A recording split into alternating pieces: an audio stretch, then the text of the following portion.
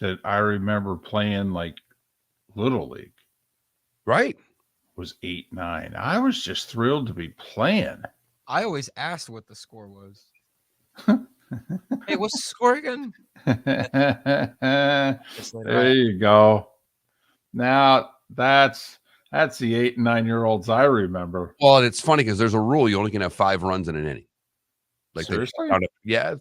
Come on. I didn't know. I don't remember anything like that. So we scored 6 in the whatever inning because it was triple and it cleared the bases, but you only could count 5. And they actually had a scoreboard operator and they had a real umpire at the game because it was the last game for whatever reason. The umpire was great. Old Cuban dude making he was having high-fived every kid before the game. Good. Both teams made the big out calls every time, no matter what team.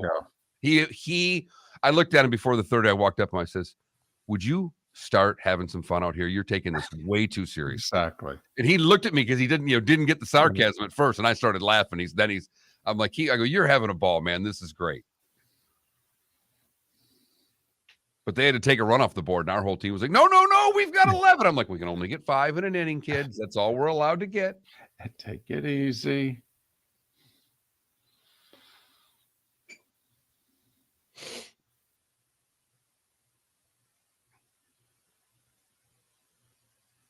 Karen was there early to decorate the dugout for her team, make sure she got the proper dugout. It was fantastic. I can't believe the opposing coach in an 8-9-year-old softball game pulled a Mike Keenan. Holy mackerel. Yep.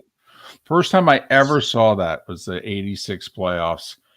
The Flyers, who should have beaten the Rangers, were losing, and Keenan calls a timeout in the middle of the game and has half the team get off the bench and get on the ice so they're facing him, and he is just blistering the Flyers. And I'm like, oh my goodness, and it was a road game too. It was at the Garden, so he is just humiliating them. Like, oh my goodness.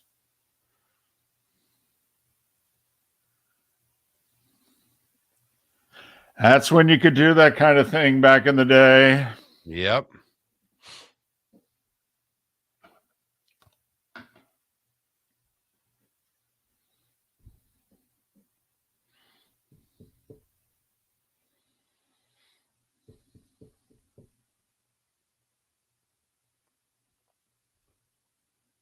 This is the most rest I've had before a show since the NBA and NHL playoffs have started. This is because I had the starting 5 done. I mean, I may have gotten very close to 7 hours. Very close. At least 640-ish. This is fantastic. I'm exhausted. I did not sleep well. I'm sorry. I slept like a rock.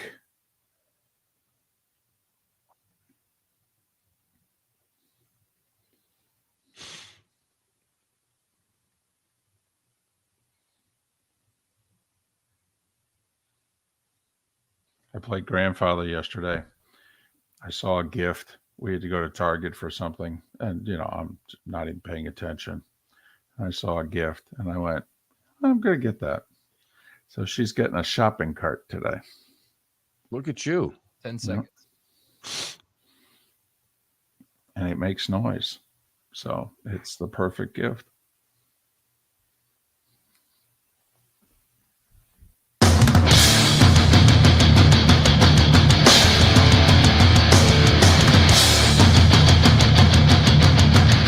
You are listening to Miller and Moulton, exclusively on the Florida Sports Network.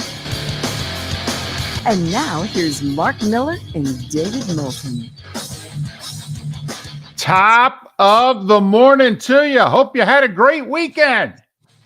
As we asked the question at the beginning of the week, how the heck are you? Miller and Moulton here on the Florida Sports Network, floridasportsnetwork.com. Thanks so much for being with us. The NBA Finals start June 1st. No matter how quickly the conference finals end. So when Denver sweeps the Lakers tonight and the Heat sweep the Celtics on Tuesday, I believe Tuesday's May 23rd. I'll repeat, the finals don't start till June 1st. Literally, there will be a week, a full week, time for both teams to go to Cabo, visit Romo and Witten during the playoffs.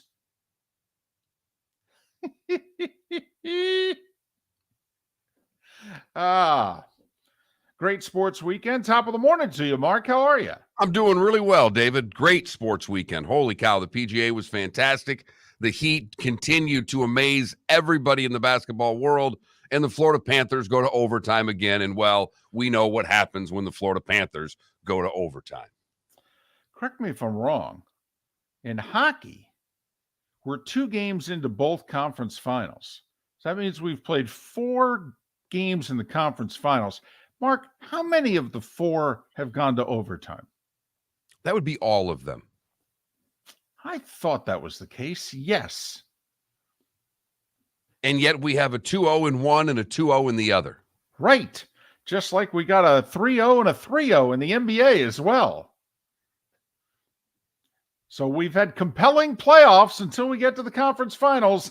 And then, well, they're compelling for different reasons. How about that? Panthers in action later tonight. We'll get to them eventually. I don't mean to quibble, but I'm just going to say something, and you may.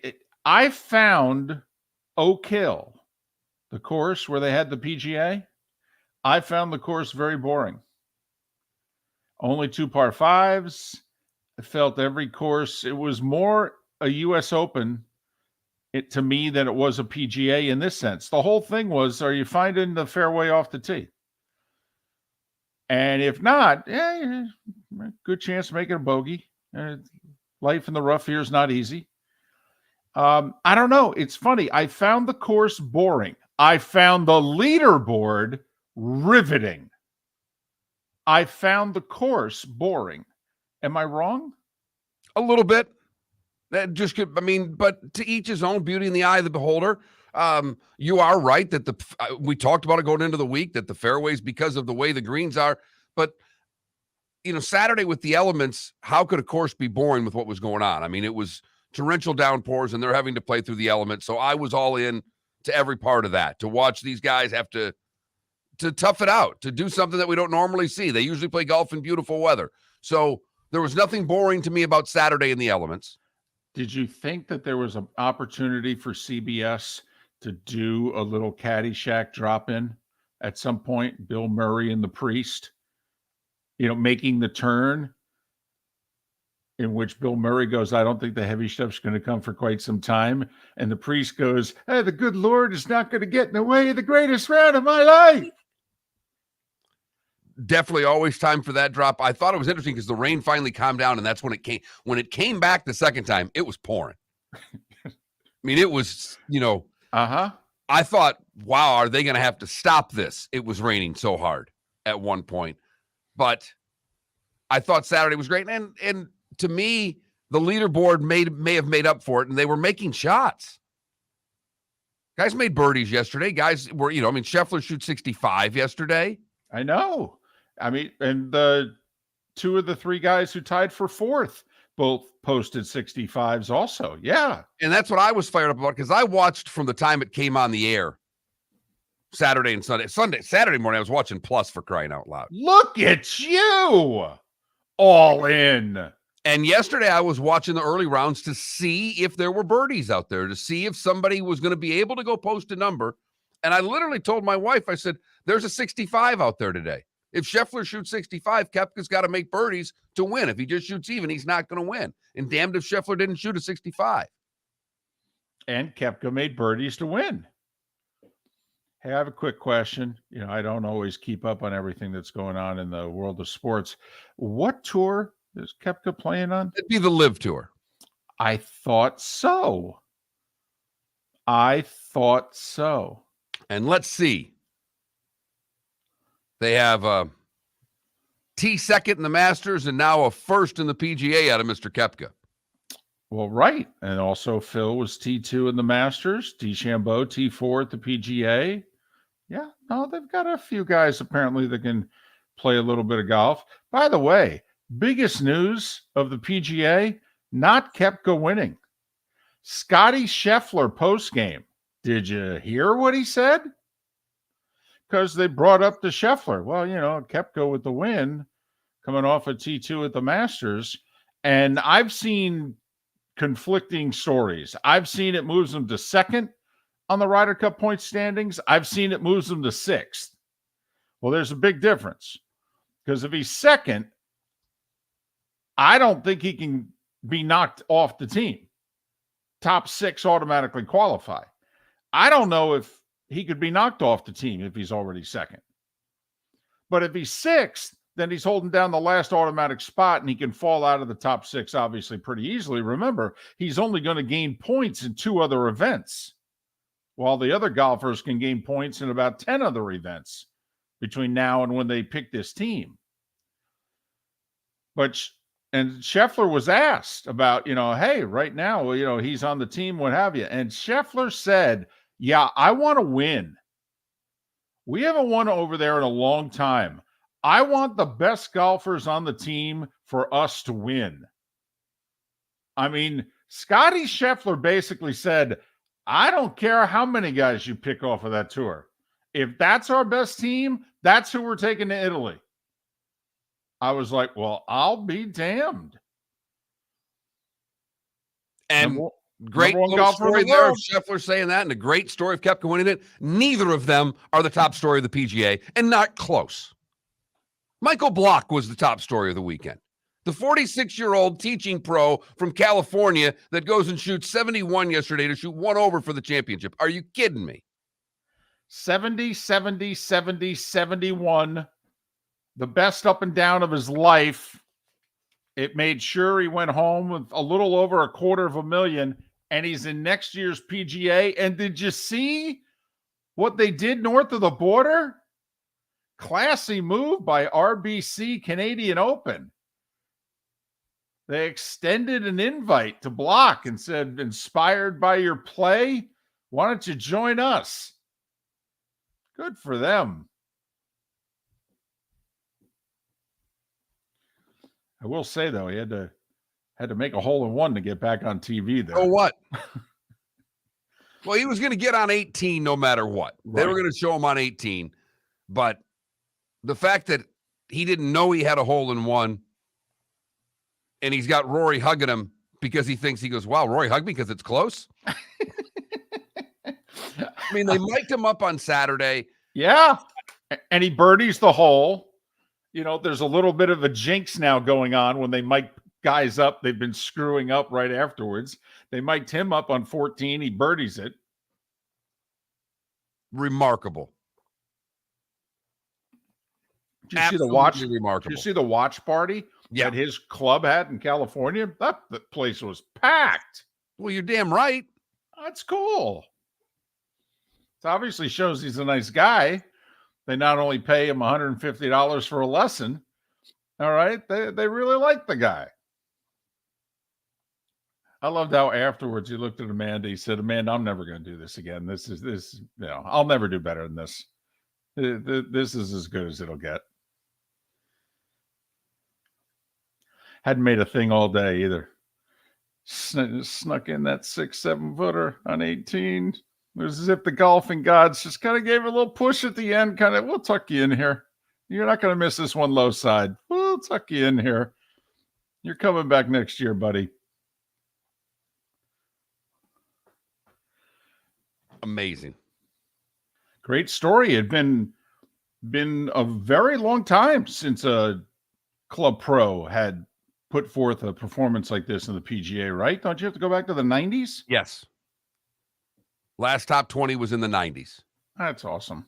Great for him. $288,000. That changes his life a little bit. That's absolutely awesome. And plus now, people know who he is, and that's awesome. That's fantastic. Maybe some senior tour in his future at 46. Well, there you go. He'll show up with a name. Exactly. Oh, yeah, I remember you, the PGA. Right. Also, I mean, let's face it. How many of you have a hole in one? How many of you have seen holes in one? All right. Very few that I've witnessed. I have never had one. All right. Very few that I've witnessed are dunks. I mean, on the fly, boom, bottom of the cup. Just destroyed that cup too. Yeah, it does. And I've flown one in on a par 4 where it actually hit the cup and came out. That's a kick in the teeth.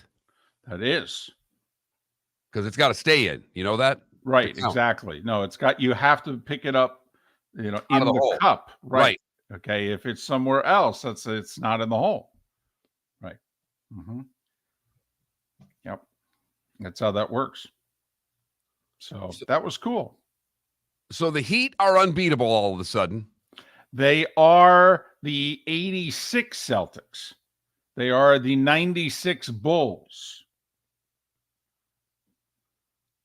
Well, 96 Bulls is more accurate since they're led by the second coming of Michael Jordan, Just take it easy. Take a deep breath. Take a really deep breath. If your first words on the air are going to be something that we're going to try to remember, have them be something that's accurate, not something that's inaccurate. Like father, like son. I mean, they are the 72 Lakers. All right. They are the,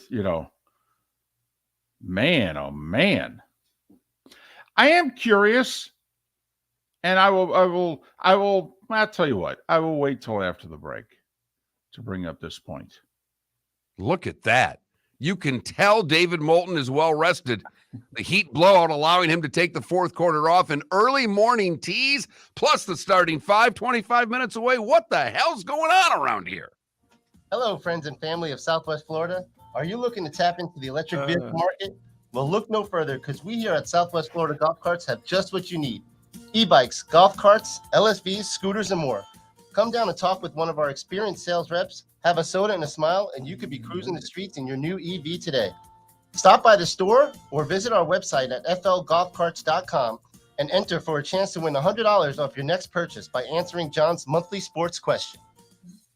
David Moulton for Napa Auto Parts, and Napa Filters. Insist on Napa Filters for your vehicles, or if you're a do-it-yourselfer, only buy Napa Filters. Napa has a filter for almost anything on earth that moves, whether it's motorcycles, foreign and domestic cars, vans, SUVs, earth-moving equipment. You get the idea. Napa Auto Parts, Napa Filters. Insist on them for your vehicles, or if you're a do-it-yourselfer, only buy Napa Filters. Ladies and gentlemen, once again. Yeah. Hi. Excuse me. Hey, the line starts back here. Ma'am, if your party's not here, you're going to have to go around again. If you had the opportunity to avoid all this, wouldn't you? Salt Live is the official transportation provider of the Miller and Moulton Morning Show, making your trip to and from the airport seamless and stress-free. Salt Live is supported with the help of local partners like the Bayfront Inn. Gather your family and friends and enjoy a leisurely day on the water with a pontoon or deck boat. If you prefer to explore the waterways without a motor, the Bayfront has canoes, standboards, and kayaks. At the end of your journey, enjoy lunch or dinner at the Bamboo Tropical Bar and Grill. The Bayfront Inn, something for everyone on 5th Avenue in downtown Naples. BayfrontInNaples.com. When you need a ride, book with Salt Live Transportation, 308-8686, or book on saltlivetransportation.com.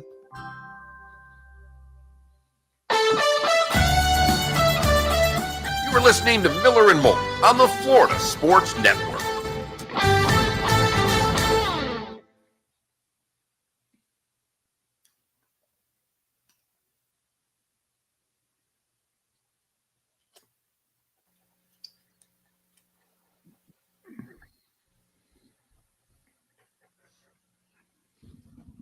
Justin Rose, DC.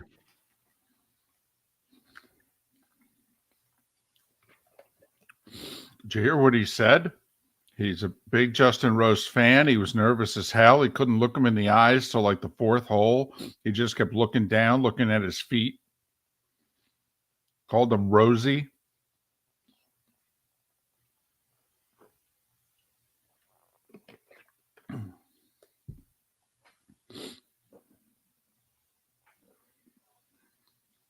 Not one question about Liv to Brooks Koepka.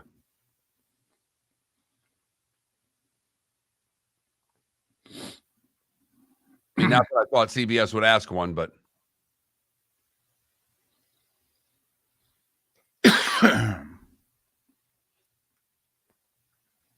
must be a strict no Liv policy on the broadcast. They're in bed. In bed.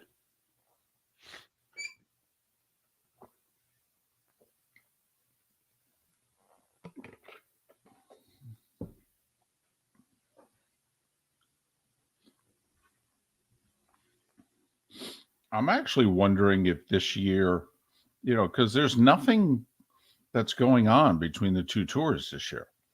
The whole court thing isn't going to court till sometime next year.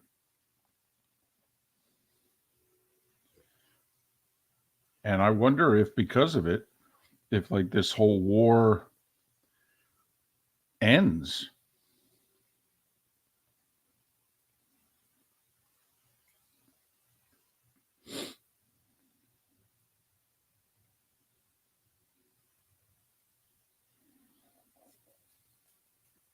I just don't know how you can't give these guys world ranking points. They've proved that they're worthy of it. I'm sorry. I mean, for you to say that they shouldn't get the same number of points for their tournaments as the PGA Tour, I totally agree with that. 54 versus 72, deeper field. I got that. But to give them no points at all, no credit. I mean, you want to compare the quality of the field versus Asian Tour, DP World Tour? I mean, come on.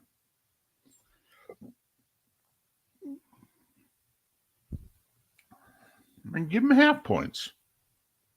Well, they've got to get more than the DP World Tour. Better field. Definitely.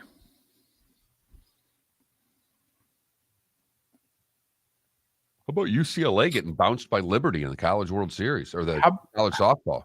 They had lost 4 games all year. They lose to Grand Canyon and Liberty, 3-2 and 2-1. Didn't win a game. The number 2 overall seed. By the way, the A-Sun got 2 because Central Arkansas is ranked in the top 25. Oh, and they got bounced early too. Yeah, Liberty made it all the way to the region championship game before losing to San Diego State.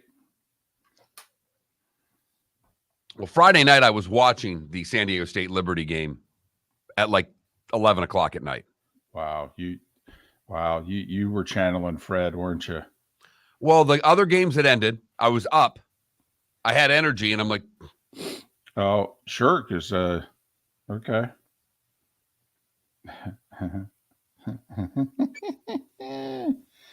That's so funny.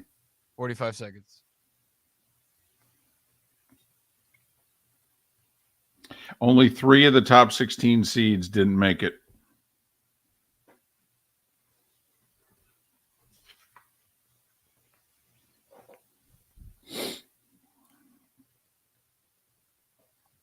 Seconds. DC, I am not a Trevor Immelman fan, although I thought he had a terrific final round of the Masters. But I'm not. He just doesn't do it for me. Not impressed. 10 seconds.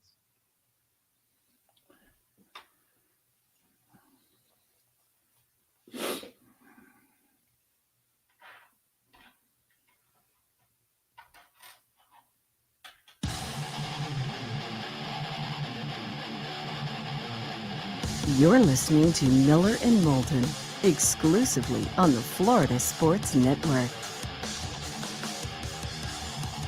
21 minutes after the hour. Miller and Moulton, Florida Sports Network, floridasportsnetwork.com. A lot went on over this weekend, and we will get to all of it, we promise, before we call it a show, including a story by a prominent baseball writer yesterday talking about people wanting to buy the Rays and how there's a local Tampa business guy, multi-billionaire, who wants to buy them and move them to Tampa and build something. So we'll get to that. Promise. So, did you watch Heat Celtics last night at all? I watched 3 quarters. So did I. I went to bed when they were up 30. I said, you know what? I'm going to count that they can get the horse into the barn from here. I don't need to hear Chuck and Shaq and company. I think I know what they're going to say. So we did the same thing. Okay. But up until that point, we had seen what Chuck and Shaq had to say at halftime when the Heat were up. What were they up? 15. And then when they absolutely blew them out in the third quarter, we had Stan Van Gundy say, I think 38 times that the Celtics have quit. I'm not one of those people, you know that, Mark, that's like, oh, you got to give my team more respect. Say some nice things about my team. And I'm not a Heat fan. I'm a Knicks fan. But I admire the Heat. And I love watching them in the playoffs. I'm riveted by them and the Panthers and how they're playing. I just think it's awesome to watch. But did you at all during the whole shellacking of the Celtics at any point in time, like raise your hand and go, you guys going to give the Heat any credit at all? Hello? Anybody? I mean, you guys do this for a living. We supposedly know, you of all people. You know, Stan Van Gundy coached the team to the finals. Hell, he coached the Heat, for goodness sakes. Shaq and Barkley are 2 of the 50 greatest players of all time. There was a part of me that was just watching and listening going, is anybody, could you guys scratch below the surface and tell us how the hell this is happening? Because you guys have all been in the game for a very long time, and this has not happened before. Right. Quit talking about Joe Mazzulla's incompetence as a coach and talk about Eric Spoelstra's greatness. And just everything, and just, get into what makes a team. You know, with all the cliches that we all hear about, I and me is not a part of team, blah, blah, blah, blah, blah. I don't know. I just found myself at some point, part of why I went to bed. I'm like, well, I mean, all they're going to tell me for the next half hour is, they're a bunch of quitters. He can't coach. And okay, I can pick this up on Tuesday. And Mazzulla falls right on the sword after the game. What's he doing, by the way?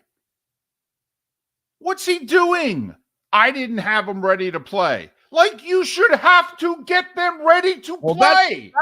Thank you. That's what I thought. I'm reading this comment. I've watched his comments, the post-game comments there this morning. I didn't have him ready to play. You're down 2-0 in a series. You're in the conference finals. If you lose this game, we all know the NBA, if you're down 3-0, you don't come back. No one's ever done it. We've heard it a million times. So what do you have to do to get a team ready to play? This team went to the NBA Finals last year. They get it. By the way, Mark, someone asked him that question. What do you mean by that, Coach? I just didn't have him ready to play. He just fell on the sword. Which, I got to be honest, I mean, now, he's done. It's obvious he's done. But if I'm him, okay, I'm going out by chastising the players there. I'm not, no. I'm not falling on the sword here. No. Me and my staff got 3.5 hours sleep in the last 48 hours total. Okay. We did everything we could to prepare these guys for this game. And it's obvious that they want to go golfing beginning Wednesday. No. I'm sorry. If I'm losing my job after that, I'm putting it back on the players. No way. They did make the switch. Boston made the switch this year from a year ago trying to make defense the main point of their team to this year making offense the main point of their team. When you are an offensive team and you're playing against the Miami Heat, you better play some defense. Because if you leave these guys wide open, they've killed you. And Vincent goes for 29. What did Robinson have last night? 20-some-odd points? 22. Right. Now, yeah. It was the second greatest three-point shooting night in Heat playoff history. They made 19 three-pointers. I mean, the part that Tony Fiorentino brought up throughout the regular season on our show, and we asked him about it again on Friday. Tony, how do you explain how the worst offensive team has become the best? And he's like, I kept telling you guys all year, I don't know how come the whole team is missing the same shots they made all of last year. He goes, it's really difficult to explain. And as a coach, you pull your hair out. You're like, well, they made all these shots last year. Why are they not making them this year? Well, guess what they're doing now? Mark, they are about at least heading to the finals. I mean, who knows? By the time the finals are over, Denver may end up with more points per game, etc. But the Heat were dead last in points per game in the regular season. They are first in the playoffs. And apparently, going back to like the NBA in the mid-50s, this has only happened twice. And it's been both times in the mid-60s. So that's how much of an aberration what is going on.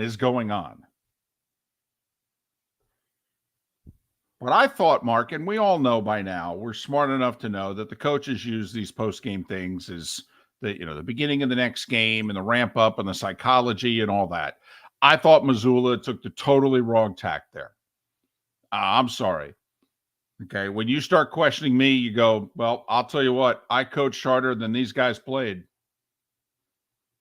No, seriously, I just look right at him and go, listen, I got one guy who's first team All-NBA and the second best guy, second team All-NBA.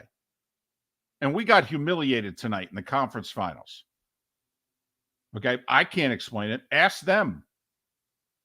I'm exhausted. My staff, we haven't slept all week. Okay? They ain't tired. I can tell you that. They didn't play hard enough to be tired. Talk to them. Man, I want Moulton to do one post-game presser like that. I want him to enter the body of a coach because that will never in a million years happen. There's no coach that will ever do that. It would be wonderful if they did, David, but he wants to coach again in the league. And you go do that and you don't ever get a job again. Not in a league that's run by players. You get bounced out and you run out of the business after you do something like that. I'd love it. I'm all for it. I think a coach who has stature could do that. And unfortunately, he doesn't. Like Spo could do that. If Spo had a team who got beaten a big game by 30, Spo could go, well, we didn't show up tonight. He might try to be gracious, but Spo could say, talk to them. They didn't play worth a damn tonight. We had them ready to go. When we play on Tuesday, I'm going to have the exact same game plan. Hopefully they show up and want to play because they didn't tonight. Oh, Mark, now you got me thinking. Coach Moulton. I don't think he would waste a challenge in the first quarter either. And I think he'd call a timeout when he needs to call a timeout. An embarrassing performance by Boston, but as embarrassing as it was for Boston, as you mentioned, second best Heat performance or best Heat performance behind the arc in their history. Right. I mean, come on. Shot the lights out. They shot 57% for the game. That's 4 out of every 7 shots they make. Telling you, Larry and the 86 Celtics, it'd be a push. David Moulton for Napa, Napa Auto Parts, and Napa Filters. Insist on Napa filters for your vehicles, or if you're a do-it-yourselfer, only buy Napa filters. Napa has a filter for almost anything on earth that moves, whether it's motorcycles, foreign and domestic cars, vans, SUVs, earth-moving equipment. You get the idea. Napa Auto Parts, Napa filters. Insist on them for your vehicles, or if you're a do-it-yourselfer, only buy Napa filters. Ladies and gentlemen, once again. Yeah. Hi. Excuse me. Hey, the line starts back here. Ma'am, if your party's not here, you're going to have to go around again. If you had the opportunity to avoid all this, wouldn't you?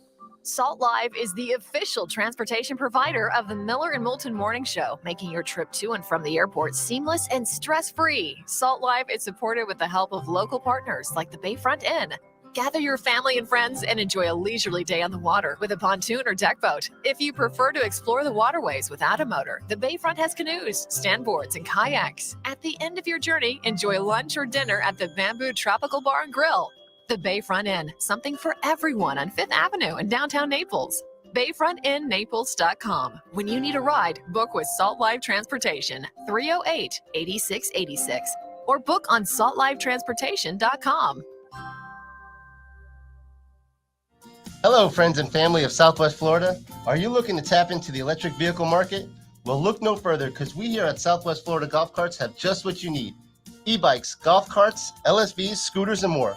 Come down and talk with one of our experienced sales reps, have a soda and a smile, and you could be cruising the streets in your new EV today.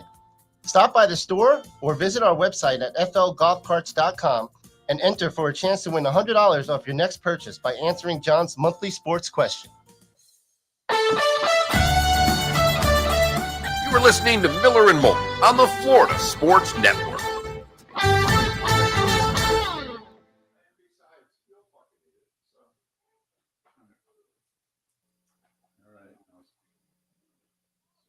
So what are you going in, like 11:30? I'm joking. Relax. No.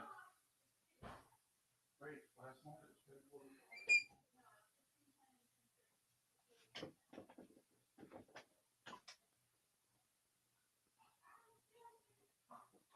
Will you stop changing the schedule?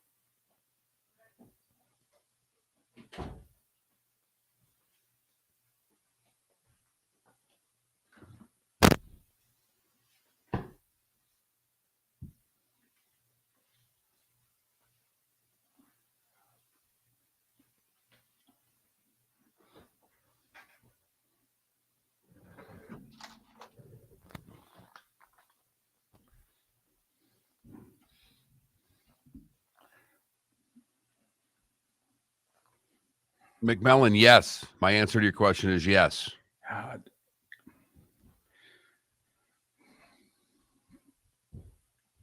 That is such a hard question to answer.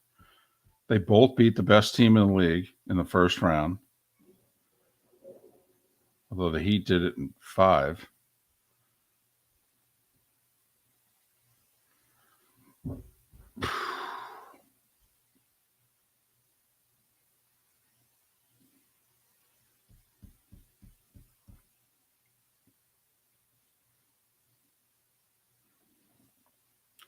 Oh, Amby and Missoula will get, I mean, he won't get a head coaching job next year, but yeah, he'll be hired. I don't think Missoula gets fired just yet. DC, I was kidding about the whole, 86 Celtics. I mean, but yes, the trash talking from Bird and Butler would be awesome.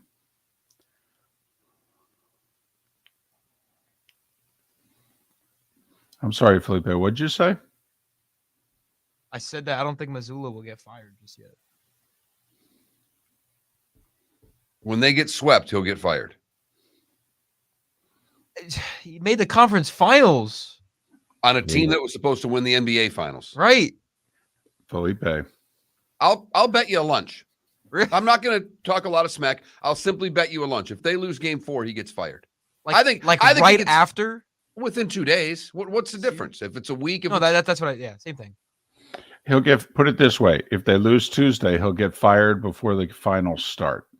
Because the finals won't start for 8-9 days. Are they going to hire Doc? Are they bringing back Doc? Listen, if I'm the Celtics, I go get Nick Nurse. Yeah. If I'm Brad Stevens, I called Nick Nurse at halftime last night and said, don't take one of those other jobs before talking to us.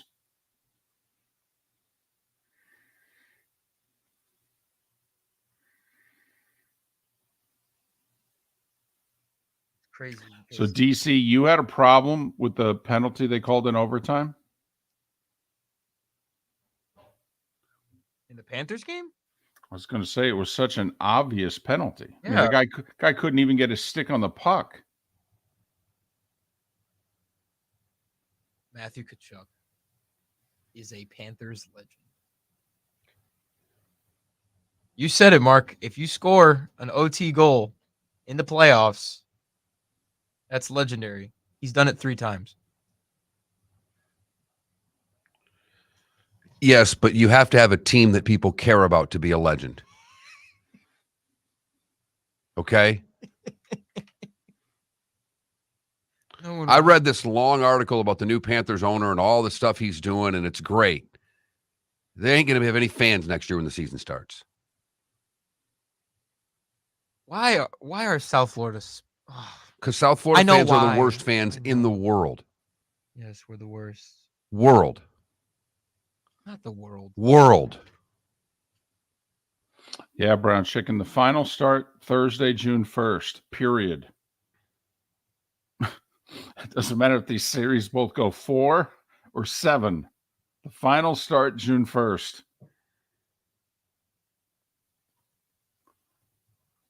Freaking Marlins lost. Now they're in 3rd in the NL East. Still above 500, though. Yes, sir. We're coming back.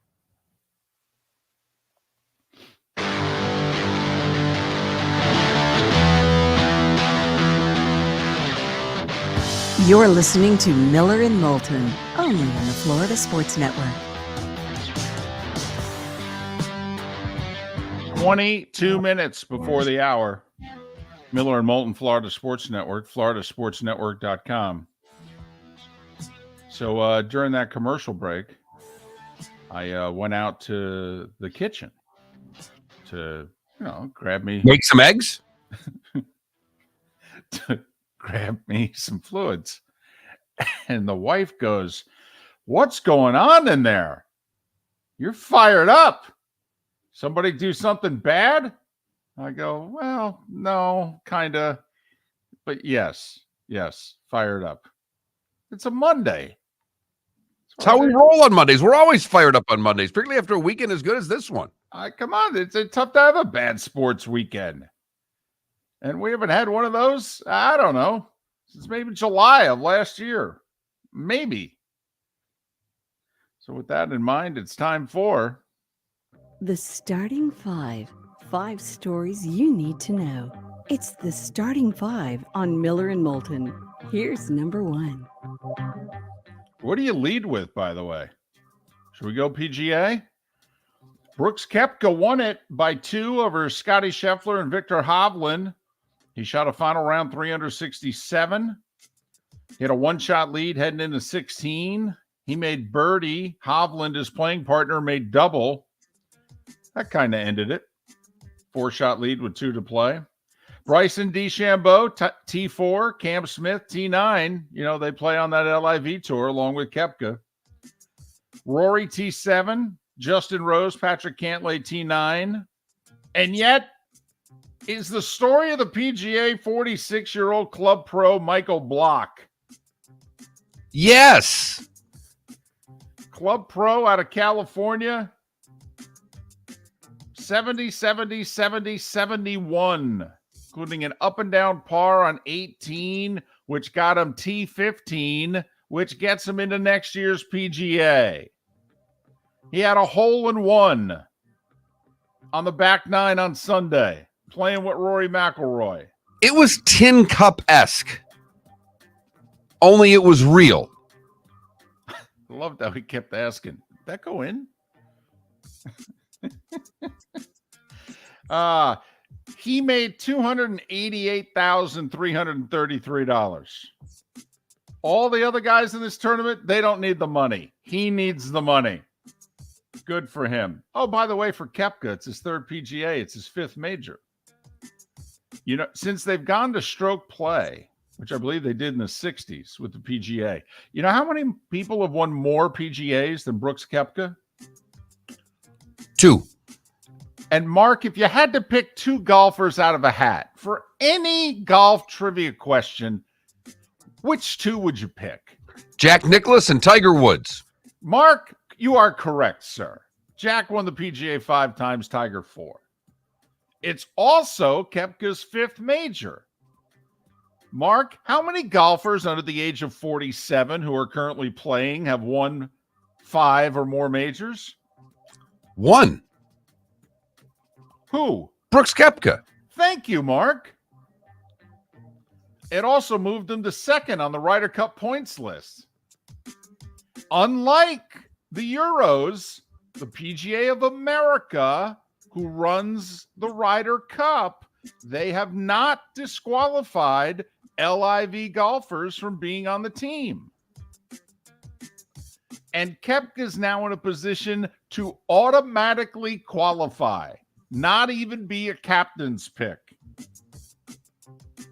And if by chance he were to fall out of the top 6, because there's 12 guys on the team, but the top 6 point getters, they're automatic, and then the captain picks 7 through 12. Scotty Scheffler, world number one ranked U.S. player, obviously. He came out post-tournament last night and said, yeah, I want the best guys on the team. Tired of losing over there. I don't care what tour the guys play on. We're going over there with the best team. So there.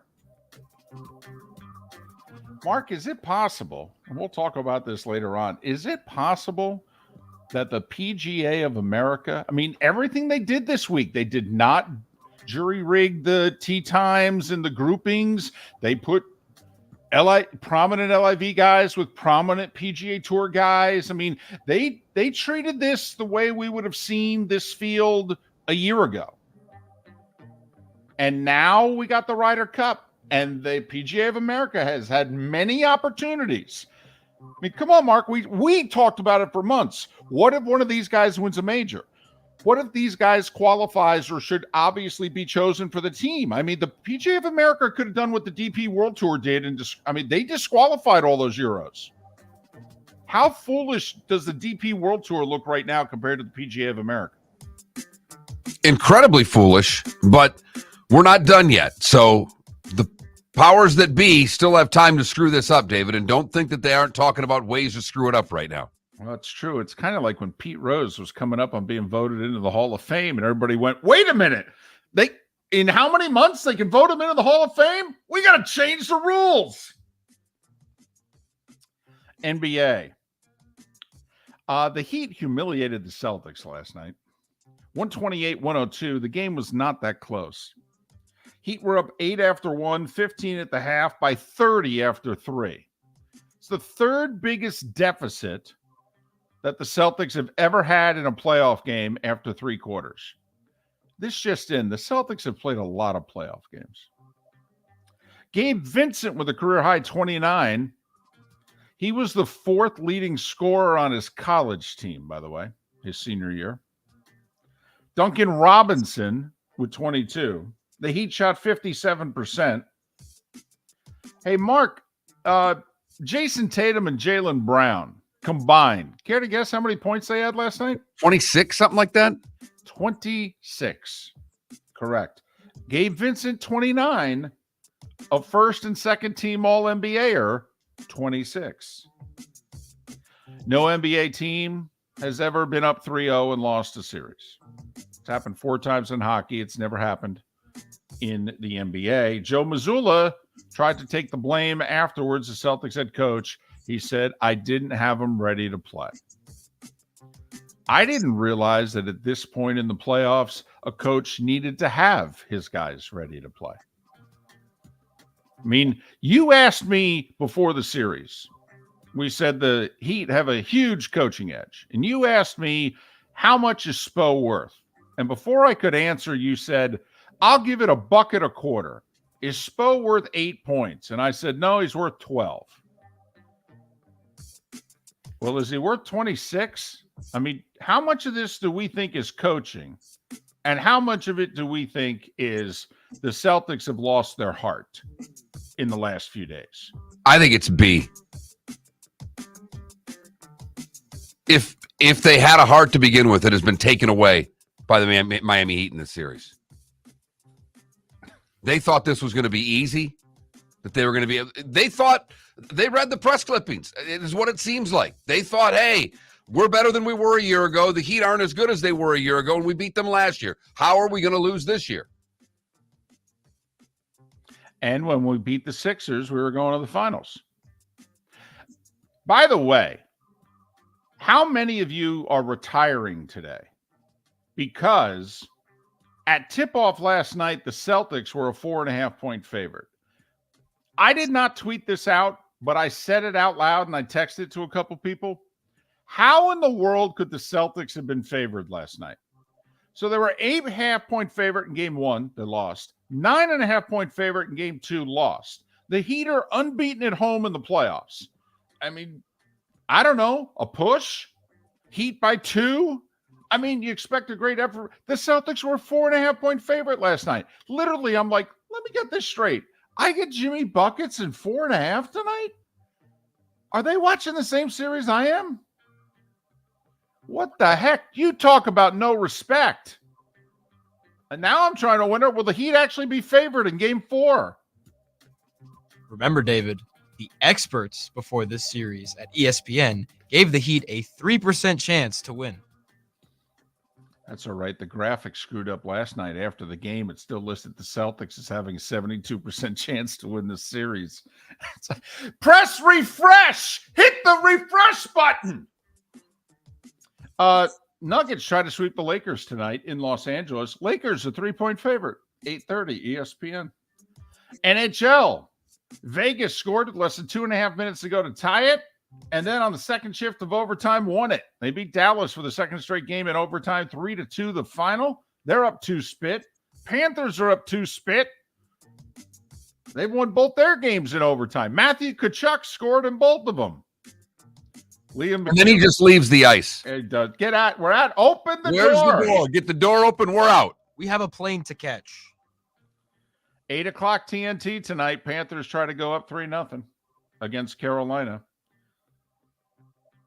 John Cooper, by the way, the Lightning coach, was on the TNT set Saturday. Was great. He was tremendous. Tremendous. Rays lost. They had Gretzky on there too, so they needed someone to be good with. Although on the set, I know Wayne actually brought a lot more to the table in game 2 than game 1. He was out of it game 1. He was into it game 2. He was actually cracked a couple jokes, told a story. We got a story out of Wayne Gretzky. Because shots on goal, I don't know how many of you watched game 2. At one point in the first period, shots on goal were 16-1 Carolina. Gretzky said, we played a playoff game one year, and the same thing happened. We weren't ready to go, and the other team shots on goal. And during the stoppage, I climb over the bench. I go over to Grant Fuhr, and I tap him on the pads, and I say, hey, thanks for keeping us in there. And Fuhr says, hey, Gretz, when you go back to the bench, tell everybody I'm warm.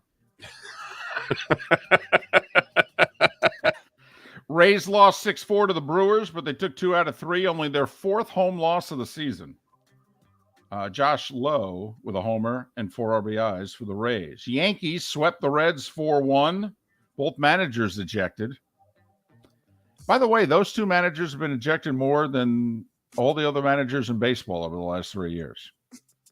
Baltimore sweeps Toronto 8-3-11. Cedric Mullins had 5 hits. Padres have only won 3 out of their last 14, but they did beat the Red Sox 7-0. Chris Sale, by the way, another great outing over the weekend for Boston. He looks like he's back. That's 4 in a row. And he's pitching deep into games. He's 7-8 innings, 111 pitches over the weekend. He's starting to look like Chris Sale again. Giants have won 5 of 6. They won the series from the Marlins 7-5 the final. And the Marlins slip back into 3rd place because the Mets are on a bit of a roll all of a sudden. They won 5 in a row.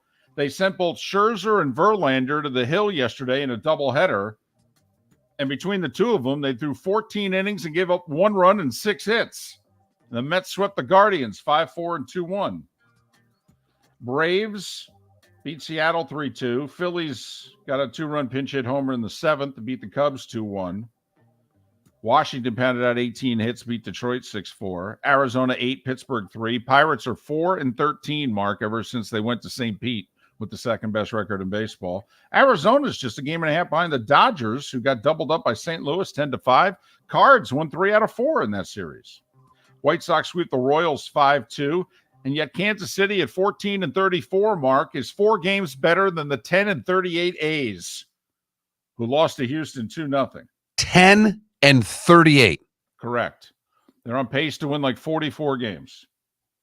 Texas is a 2-game lead over the Astros. They beat Colorado 13-3. They swept the Rockies. Ohtani threw 6 innings, struck out 9, got a no decision in a 4-2 win over the Twins. Yankees released Aaron Hicks. He still has 2.5 years and nearly $30 million left on his deal. Another fine Brian Cashman signing. NASCAR, North Wilkesboro, they had 2 all-star races. 100 laps and 200 laps. Place was packed. You had Darrell Waltrip and Richard Petty, who basically, threw the green flag on the race. It was cool. It really was. It was cool. It was NASCAR at its roots. They hadn't raced there in over 25 years. It was cool. Speaking of cool, the college softball tournament, 13 of the top 16 seeds advanced to the super regionals. Only second-seeded UCLA, 10th-seeded LSU, and 11th-seeded Arkansas got upset. By the way, third-seeded Florida State advanced because their pitcher, Catherine Sandercock, threw a perfect game. 59 pitches. Got 21 outs on 59 pitches. A ball didn't leave the infield. In a win-or-go-home game. When they're popping, David, they're popping.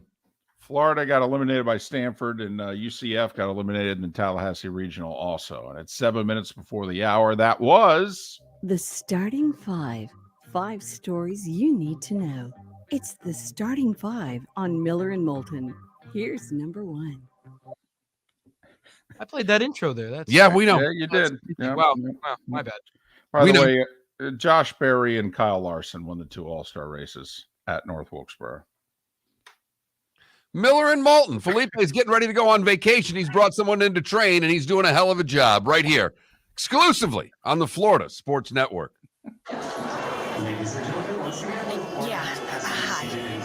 Excuse me. Hey, the line starts back here. Ma'am, if your party's not here, you're gonna have to go around again. If you had the opportunity to avoid all this, wouldn't you? Salt Live is the official transportation provider of the Miller and Moulton Morning Show, making your trip to and from the airport seamless and stress-free. Salt Live is supported with the help of local partners like the Bayfront Inn. Gather your family and friends and enjoy a leisurely day on the water with a pontoon or deck boat. If you prefer to explore the waterways without a motor, the Bayfront has canoes, standboards, and kayaks. At the end of your journey, enjoy lunch or dinner at the Bamboo Tropical Bar and Grill. The Bayfront Inn, something for everyone on 5th Avenue in downtown Naples. BayfrontInNaples.com. When you need a ride, book with Salt Live Transportation, 308-8686, or book on saltlivetransportation.com. David Moulton for Napa Auto Parts, and Napa Filters. Insist on Napa Filters for your vehicles, or if you're a do-it-yourselfer, only buy Napa Filters. Napa has a filter for almost anything on earth that moves, whether it's motorcycles, foreign and domestic cars, vans, SUVs, earth-moving equipment. You get the idea. Napa Auto Parts, Napa Filters. Insist on them for your vehicles, or if you're a do-it-yourselfer, only buy Napa Filters. Hello, friends and family of Southwest Florida. Are you looking to tap into the electric vehicle market? Well, look no further, because we here at Southwest Florida Golf Carts have just what you need. E-bikes, golf carts, LSVs, scooters, and more. Come down and talk with one of our experienced sales reps, have a soda and a smile, and you could be cruising the streets in your new EV today. Stop by the store or visit our website at flgolfcarts.com and enter for a chance to win $100 off your next purchase by answering John's monthly sports question. Miller and Moulton here for the Clutch Vodka Play of the Day. Mark, remember Nick Charles, Fred Hickman, the CNN Play of the Day? Yeah, CNN did a nightly sports show. That was a while ago. Yes, it was. Just work with me. Everyone liked the pod, the Play of the Day. So how about we have the Clutch Vodka Play of the Day? Sounds good. Fun. Smooth. Like Clutch Vodka. Listen weekday mornings for the Clutch Vodka Play of the Day. That's Clutch with a K. Located on the East Trail, locally owned Naples Tiki Bar and Grill is an outdoor eatery next to the Hitching Post Shopping Center. Island-inspired food with a true tiki theme. The best place in Naples to enjoy the beautiful weather in Southwest Florida. The Naples Tiki Bar and Grill offers a great menu for dine-in or takeout. Enjoy our famous pulled pork, huge burgers, and tiki bar cocktails. Don't miss happy hour every day from 3 to 6 and live music 7 days a week. See you soon at the Naples Tiki Bar and Grill, 11498 Tamiami Trail East. You are listening to Miller and Moulton on the Florida Sports Network.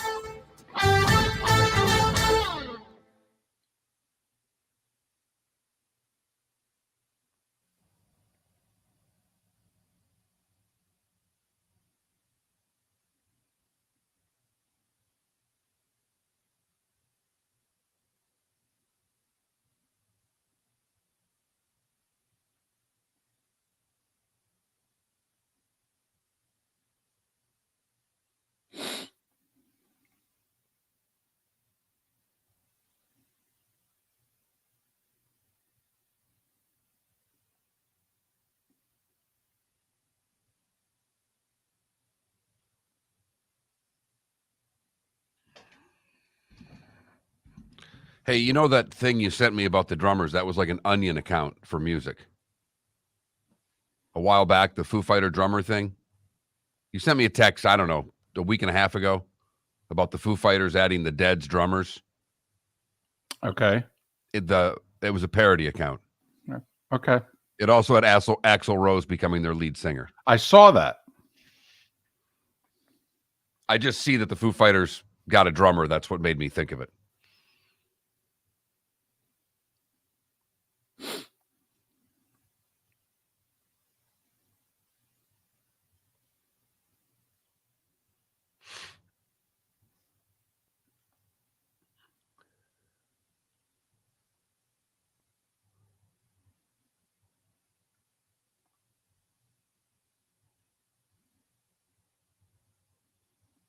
A very fascinating. It's available on Post Plus, and Mark, I don't know if you get that. I pay for it. I do not. Andrew Marchant talking about ESPN going direct to consumer. Right. I read a few articles about that over the weekend. Yeah. Now I will say, Marchant started his column, this column that he does here, 2 years ago, and he said in his very first column, ESPN will go direct to consumer within 5 years, and they're 2 years into it, and he goes, trust me, in the next 2 to 3 years they're going. You guys laughed at me, but they're going. Well, the article I read literally said this could be the end of cable television as we know it. Marchant refutes that, in which he says there's 74 million people right now. ESPN's in 74 million homes through cable. And he said, let's just say half of them decide to drop their cable because, they're going to get ESPN direct to consumer. He says, by the way, I think direct to consumer is going to cost you $30 a month.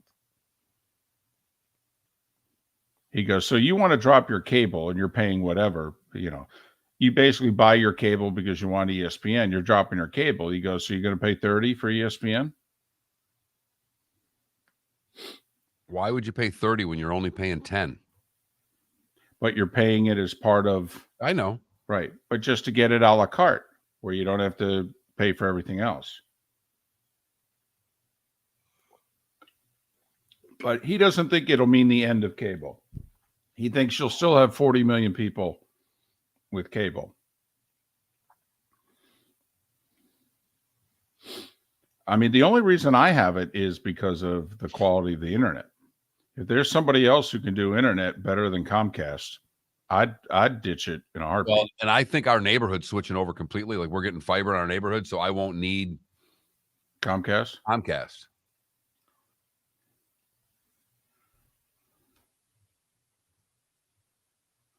Well, come on, brown chicken. Like, you think I'm not going to include it?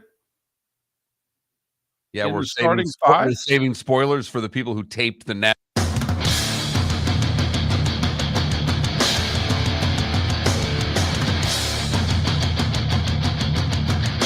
You are listening to Miller and Moulton, exclusively on the Florida Sports Network. And now, here's Mark Miller and David Moulton. Hour 2 of Miller and Moulton on this Monday.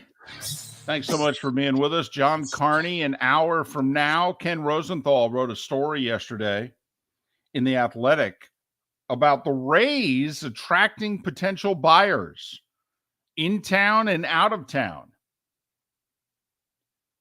One of the in-town buyers wants to move him to Tampa. The out-of-town buyers see the Rays as a cheaper alternative than an expansion team. It's funny, some little Yahoo radio show talked about that in the last couple of weeks. The name of the show escapes me. But you're listening to Miller and Moulton here on the Florida Sports Network, floridasportsnetwork.com. Maybe that will ring a bell. 21,000 is the text line, 21000. Anything you may want to chime in on if you've never texted the show before. FSN radio is the keyword. Send that to 21,000 one time, and then you are in. So are we giving credit to the Heat or are we blaming the Celtics? Yes to both? Yes. But last night the narrative was, Boston's quit. Boston quit. That was the narrative last night. I will say, I love Jimmy Butler. I really would. It might be embarrassing publicly if I ran into Jimmy Butler when I hug him and give him a big kiss on the cheek. Okay, he'd probably throw me to the ground and what have you. But man, I love Jimmy Butler. These guys don't forget a thing. If you've been watching this series, do you remember in game 1, Boston's got it going on in the second quarter against Miami? They're on a big run. And Al Horford turns to the Heat bench and signals, time to take a timeout. You guys need a timeout. Yep. Jimmy Butler, last night, which run by the Heat was it? But Jimmy Butler gets down on one knee like a marriage proposal, damn near at center court. Looks at the Celtics bench and right at Al Horford and says, I think it's time now for a timeout. You guys should take a tea. Oh, and the best part about it was that Horford calls the timeout after he hits the three. Butler calls the timeout after he assists the three to Gabe Vincent. So, again, celebrating your teammates' victories. Listen, we're not just beating you. We are trash talking you along the way. Okay? We are publicly letting you and everyone else know you suck. We're great. This is such a performance by all of Miami. Duncan Robinson now holds the record for most three-pointers in the postseason by a Miami Heat player. He passed LeBron last night. Remember when LeBron could make a three?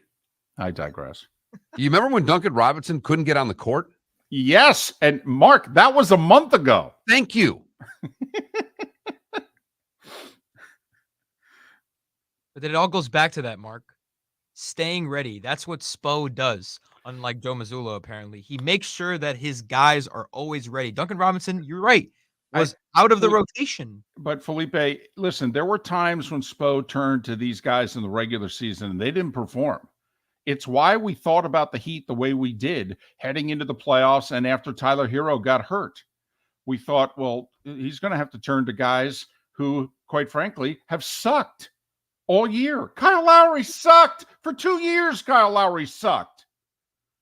Duncan Robinson has sucked all year. Sucked. But you combine the Oladipo injury with the Hero injury, and Spo had to take a look at everybody and go, listen, we got no choice now, okay? Okay, you're not coming in and out of the Mark, we've all been associated with teams in which it's a strange thing when the rotation settles. Everybody knows their role. Now, we don't know if you're good enough to do it, but I got to play you. I have to play you. We have no one else. Haslam is 74 years old. You have to play. And if you play like crap, you have to answer to Jimmy Butler. You got it?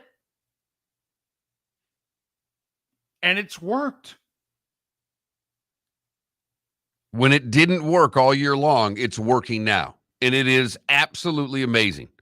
And I'm still, Felipe, you can act like you expected this. Nobody expected this. Oh, no. But you just got done. Well, this is Coach Spo making sure they're ready. Jesus Christ, man, this hasn't happened all year long. This hasn't happened in the history of the league, okay, what is going on right now. In the history of the league, this has not happened. This is a legitimate 8 seed. This isn't 1999, a strike season. They only played 50 games, and what separated the 1-seeded Heat from the 8-seeded Knicks was literally 5 games in the standings. And this is a Heat team, by the way, that actually tried to win a few games in the regular season. Remember late in the year, they were tied with Brooklyn, and Brooklyn came to Miami, and they were playing for the 6th seed. The tiebreaker was at stake. They were going to move a game ahead of them in the standings with only a few to play. I mean, this was, hey, we win tonight. We avoid the play-in. Brooklyn beat them by 20. Right. The first play-in game against Atlanta. Atlanta kicked the tar out of them. So what they are doing, nobody expected. And it's remarkable. It's a ball to watch. It's been I've been enamored by it, but I think that, David, is why the TNT narrative last night was Boston quit, Boston didn't show up, because they didn't expect this. No, you're right. After game 2, when Miami did it to them in game 2, they're what's the expression, play-by-play guys have used when somebody on the road team does something and the home crowd is standing around in stunned disbelief. That's the Celtics right now. They're the zombies in that horror movie. Now we need to talk about the Celtics as to why it is they couldn't snap out of it after that game 2 loss and show up last night. I mean, they needed to play harder and better than they did last night. Well, once again, the Heat, hit them with big punches early. Yeah, they just take the will out of a team. And they did it to Milwaukee, did it to the Knicks. Now they're doing it to the Celtics. Did you guys hear the quote that Charles Barkley said to Gabe Vincent in that post-game interview about the Celtics' performance after Gabe praised them? Well, here's Gabe Vincent talking about the Celtics last night. They're a really good team. They're a well-coached team. They got stars. They're not going to lay down. So, we got to come in and handle business on Tuesday. Yeah, clearly you didn't watch the game tonight. But well coached and don't lay down. Go look at the tape again. Easy. I have to admit, I'm feeling better and better about my Knicks. I really am. Come on, keep playing this series, really. No, the Knicks played hard all 6 games. Knicks held the Heat to 31% from 3. Apparently, the basket's the size of an ocean against everybody else. I mean, Texture saying the Celtics players have anxiety. They need to go to a safe place. Well, go to the Clevelander last night. Get it out of your system. But that's the thing. We panicked as spectators throughout the end of the regular season for the Heat. There was never a sense of panic. There never is panic with Erik Spoelstra. But that's the point that I'm trying to make. He always trusts his guys are capable of winning, whether it may or may not seem like it. Well, I will say there is a belief amongst them that is every bit as good as any other belief system in pro sports. They talk about cultures at certain, college programs like Villanova and Kansas. You talk about the culture that the Warriors have and what have you. This Heat culture thing, I think it's the belief, because Jimmy Butler said, I really thought we could do this, guys. I did. He was asked the other day if we had tapped you on the shoulder mid-4th quarter against Chicago when you guys were 4 minutes away from elimination, did you think you guys had this in you? Butler said, yes. I just couldn't figure out why we weren't showing it. And we've started to figure it out. And no one else, not only are they doing something that no one else has done, the fact that you still have to remind people they lost Hero in the Bucks series. They lost Oladipo, who was he's 8th man. Well, he was playing before Duncan Robinson was. Right. No. That's right. He was let's be honest. He was in their rotation. Like, that's an 8th man, 7th, somewhere in there. Guys are losing one player, and we're talking about how much it decimates their team. They've lost 2 guys out of the rotation, and yet they're still continuing to win and destroy teams in the process. Kevin Love got hurt mid first quarter last night. He played 5 minutes. They won by 26. He's been a key part of their team. One thing I will say is confidence is an amazing thing. And I don't believe that we in the media and we as fans think about it enough and give it enough credit. These guys are all tremendous. They're pros. I mean, think about how good you have to be. And if you get some confidence, like Mark, we spent a lot of the first hour talking about the PGA. I mean, we see it in golf all the time. I mean, come on, man. If you're good enough to make the PGA Tour, okay, you're good enough to play your way into contention in a major. Think about how good you are. And yet there are times in which those guys have a lot of confidence, and there are times in which they doubt themselves. But boy, when you get talented people with confidence, that's tough to beat, man. And that might be the missing ingredient, or the ingredient that Spo's able to get them to, is that he is able to keep them confident. Because there's no other explanation as to why players who have not done it all year long are now doing it in the postseason. Van Gundy was talking about it last night in the broadcast. He treats the 10th guy like the first guy. Well, he would know. He was a part of it. He was there when Spoelstra was working his way up. But Mark, and for those that don't know along the network, I broadcasted FGCU games for 20 years, and that was the team that had that Dunk City run to the Sweet 16 10 years ago. And people asked me, what was it about them? And I said, I have never seen a coach, Andy Enfield, instill more confidence in a group of players than I saw during that team in that run. When those guys got beat in the Sweet 16 by the Gators, they were truly, I can't believe we lost to this team. We should have beat this team. And I'm looking at them going, you guys were like 13-point underdogs tonight, right? And they were like, I have no idea how we lost to this team. That's what a coach can do. And that's what players with confidence can do. And man, are the Heat doing it to the Celtics. David Moulton for Napa Auto Parts, and Napa Filters. Insist on Napa filters for your vehicles, or if you're a do-it-yourselfer, only buy Napa filters. Napa has a filter for almost anything on earth that moves, whether it's motorcycles, foreign and domestic cars, vans, SUVs, earth-moving equipment. You get the idea. Napa Auto Parts, Napa filters. Insist on them for your vehicles, or if you're a do-it-yourselfer, only buy Napa filters. Located on the East Trail, locally owned Naples Tiki Bar and Grill is an outdoor eatery next to the Hitching Post Shopping Center. Island-inspired food with a true tiki theme. The best place in Naples to enjoy the beautiful weather in Southwest Florida. The Naples Tiki Bar and Grill offers a great menu for dine-in or takeout. Enjoy our famous pulled pork, huge burgers, and tiki bar cocktails. Don't miss happy hour every day from 3 to 6, and live music 7 days a week. See you soon at the Naples Tiki Bar and Grill, 11498 Tamiami Trail East. Miller and Moulton here for the Clutch Vodka Play of the Day. Mark, remember Nick Charles, Fred Hickman, the CNN Play of the Day? Yeah, CNN did a nightly sports show. That was a while ago. Yes, it was. Just work with me. Everyone liked the pod, the Play of the Day. So how about we have the Clutch Vodka Play of the Day? Sounds good. Fun. Smooth. Like Clutch Vodka. Listen weekday mornings for the Clutch Vodka Play of the Day. That's Clutch with a K. Hello, friends and family of Southwest Florida. Are you looking to tap into the electric vehicle market? Well, look no further, because we here at Southwest Florida Golf Carts have just what you need. E-bikes, golf carts, LSVs, scooters, and more.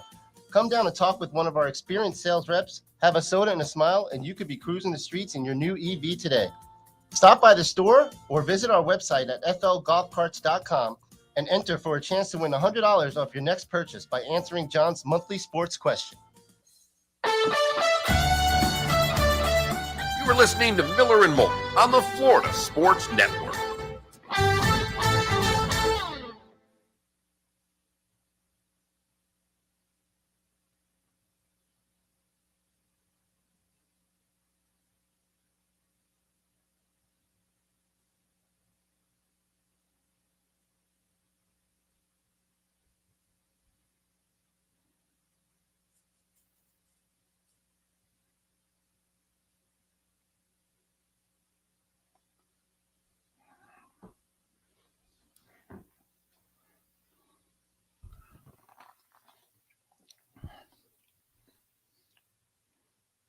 And it always gets talked about, but like, I mean, Eric Spoelstra's story is truly one of the great basketball stories ever.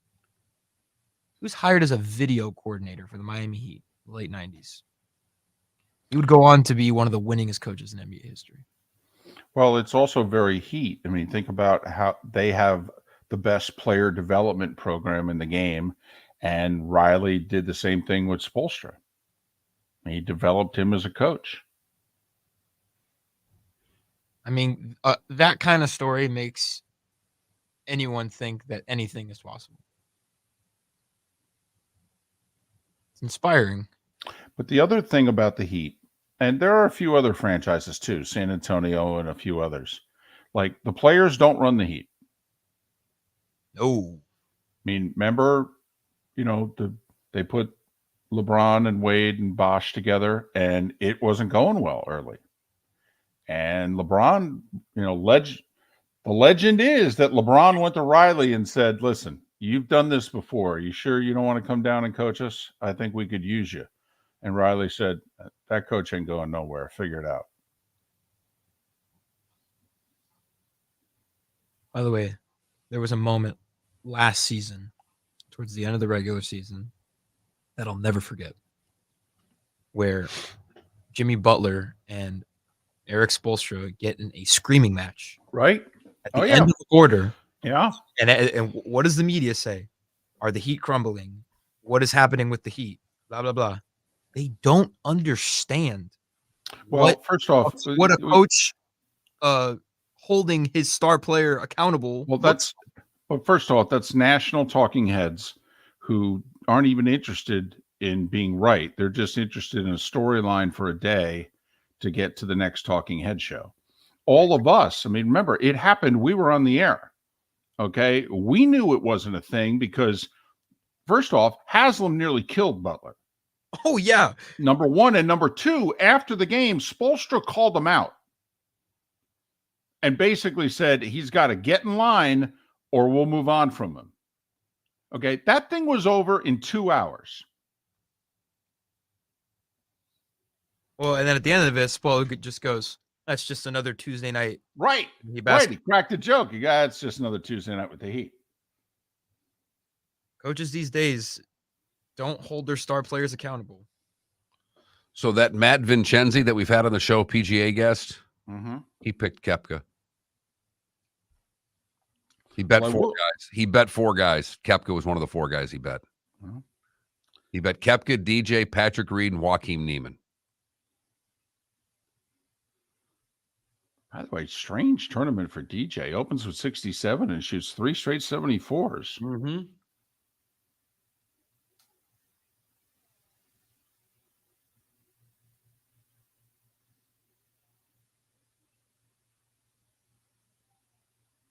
See, I don't think Barkley bet on the Celtics. I think this is their last games of the year.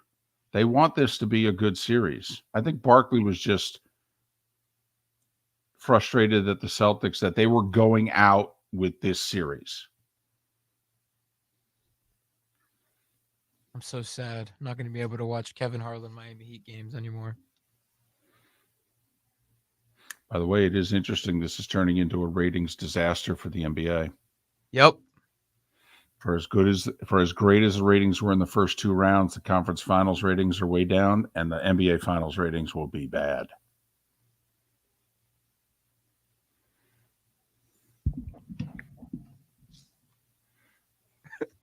You said like 3 weeks ago, Nuggets Heat finals. That's going to be horrible. Well, that's coming. Yes, it is. Baby's done. June 1st in Denver.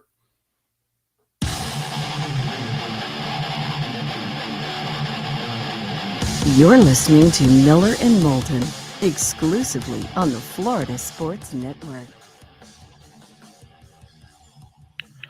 21 minutes past the hour. Thanks so much for being with us. Miller and Moulton, Florida Sports Network, floridasportsnetwork.com. John Carney covers the Rays. They're still in first. Still playing pretty well. Thank you very much. And what are they, like 10-6, 11-7, something like that on this 39-game stretch? Just took 2 out of 3 from the Brewers. But Rays were in the news yesterday. Ken Rosenthal, big piece in The Athletic, about people want to buy them. Some want to keep them local.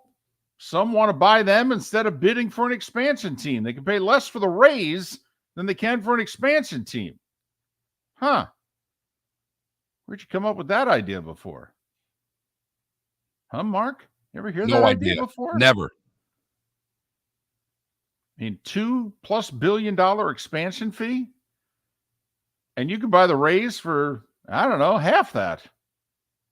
Maybe 1.5. I don't know. I mean, the Ottawa Senators are apparently going for $1 billion. So I'm guessing Rays have to be worth more than that. Exactly.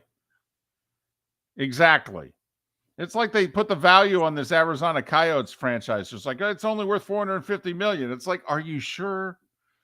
Okay, this is like, certain periods where the price of gas goes up to $4. It's like, wait, what's going on? It'll be down to $3.50 soon enough, but it's $4 right now. That's kind of how team evaluations are right now. Now's not the time to buy. But we'll talk to John Carney in 40 minutes about the Rays on and off the field. I think once and for all, David, I'm first going to apologize on this because I thought it. Many of you think it. I think we can obviously come to a conclusion now that the NBA is not fixed. Why is that, Mark? Well, because Denver and Miami are up 3-0 in their respective series when it could be Boston and LA. Are you saying that the NBA would have preferred a Lakers-Celtics final? Just a touch. The East had a New York team in it, had a Philadelphia team in it, had a Boston team in it. They're going to get Miami. Correct. The West had Golden State and the Lakers playing each other, so one of them was going to get to the conference finals. All they have to do is win one more series. That's a ratings bonanza. Instead, the Nuggets up 3-0. Right. And unless something happens in the NBA that's never, ever happened in the history of the league. Well, then it would be rigged, right? Yes. Maybe right. This is all a setup, Exactly, Mark. The NBA's just toying. They've set us up. Now they're going to pull us back in. Himmy ain't losing 4 in a row. Oh, I would bet my life on that. So I think we can safely come to the conclusion, finally, now, once and for all, that the NBA is not fixed. You know what's also taken place in the last 3 or so days? It's funny how quickly you can become old. Because LeBron had a really good first 2 rounds of the playoffs. And LeBron had a really good game 1. LeBron did not have a good game 2. Well, played 40+ minutes both nights, the altitude. Okay. But, LeBron never has 2 bad games in a row. Comes home. He didn't have a good game 5 against Golden State. He looked like 30-year-old LeBron in game 6. Yeah. LeBron didn't have a good game 3 against Denver either. And he's had really bad fourth quarters. Yeah. Really bad. In which people who, cover the NBA for a living, talk about the NBA for a living, have said things in the last 72 hours that they've never said before. Some combination of these 3 words, LeBron is old, have been stated publicly by people who cover the league for a living. And this just in, if you cover the league for a living and you say something like that, superstars and their entourages come after you. And that's why they don't say things like that. That's why it takes a while sometimes to get the truth about a superstar. Because the media people know I'm going to lose my access to them. They're going to be mad at me. This is going to cause me problems. So if you think LeBron is old, trust me, you keep that to yourself for a while before you say it out loud.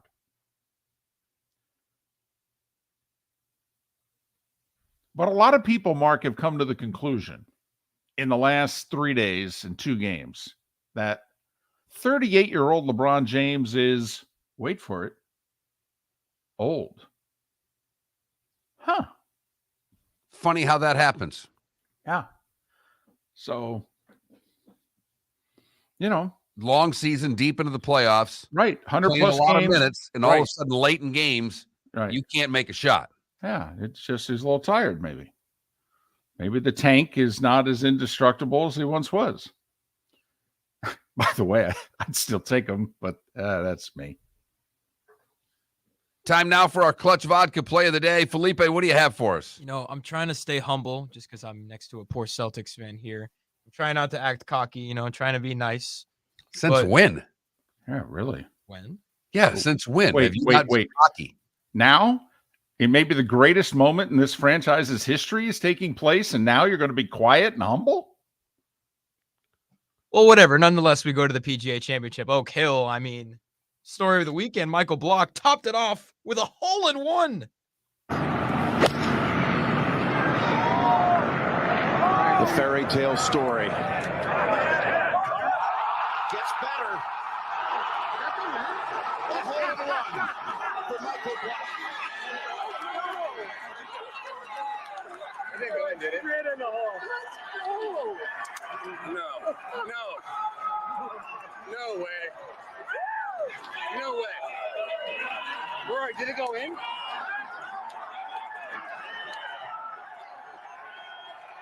It sure did. Dunked it. The dunk brought him back to even par. He'd make one bogey, coming in a great up and down on 18 for a 71. 70, 70, 70, 71 for 46-year-old Michael Block, as he has a PGA to remember and will be back next year because he qualified for next year's tournament. And that hole-in-one is our Clutch Vodka play of the day. No way. Rory, did it go in?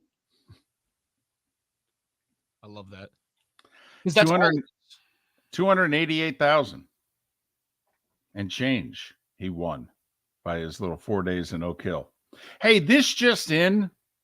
If there's a major championship being held in the state of New York, we need to bet Koepka. He won the U.S. Open at Shinnecock. He won a PGA at Bethpage. Now he's won a PGA at Oak Hill. So, Mark, we got to keep that in the back.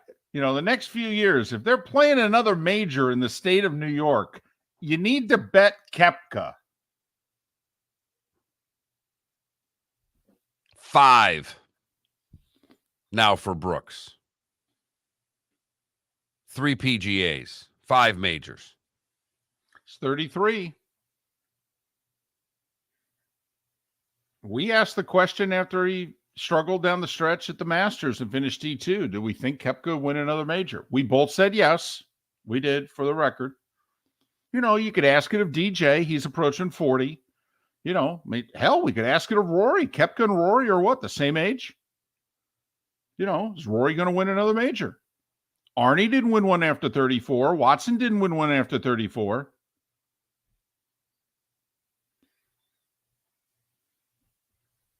Just saying, he's got 5. Only Phil and Tiger have more who are active. And this just in combined, they're about 100 years old. And they're not that active. No, they're really Give not. me one of them. So he's the leader on tour, so to speak. It ain't Rory anymore. It ain't Rory anymore. It's a guy that plays on the Live Tour. Right. Who's right now second in Ryder Cup points. Right. He's making the team, folks. This is a problem for the PGA, David. Just, you know, had a bad weekend. What a worse weekend. The Celtics or Jay Monahan, commissioner of the PGA Tour? Now that's a poll question. Miller and Moulton, thanks for listening right here on the Florida Sports Network. Miller and Moulton here for the Clutch Vodka play of the day.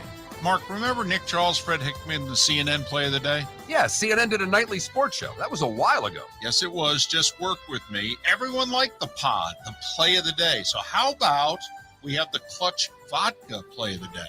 Sounds good. Fun. Smooth. Like Clutch Vodka. Listen weekday mornings for the Clutch Vodka play of the day. That's Clutch with a K.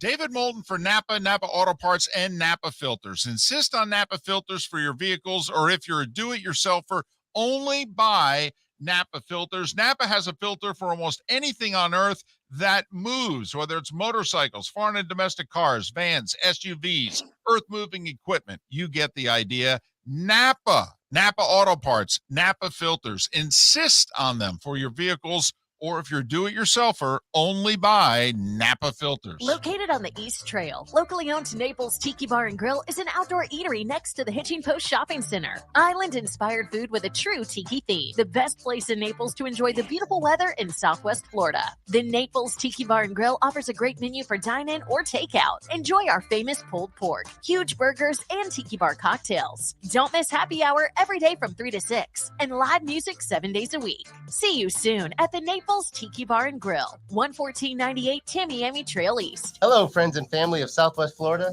Are you looking to tap into the electric vehicle market?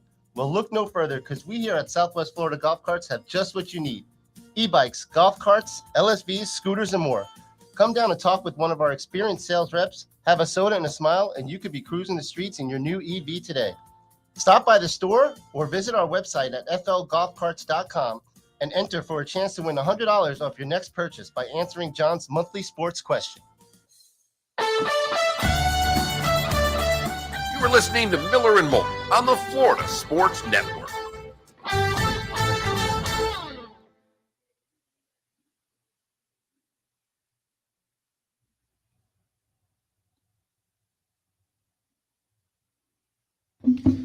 Whoa. Had to wear the D Wade shirt just to recognize one of the people who made Jimmy Butler to the Heat possible. Dwayne Wade.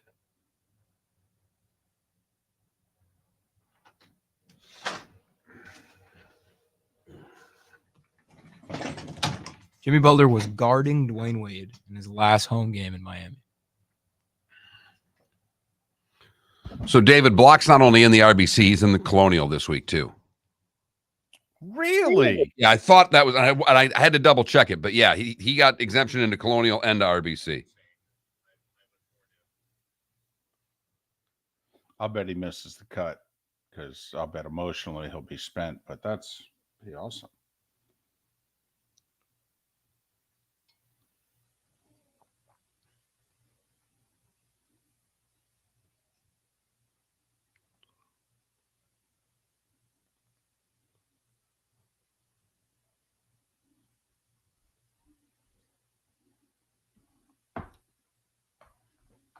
We come back here and talk about Jim Brown?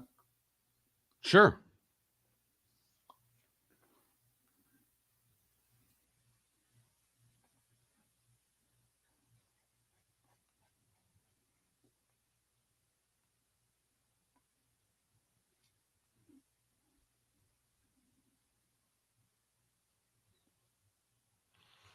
Michael, thanks for joining us. We literally just played that clip on the air.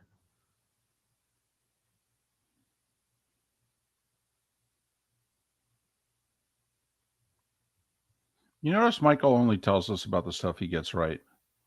Because I remember getting stuff in the Twitch chat room when he would pick the Rangers over the Devils in 5.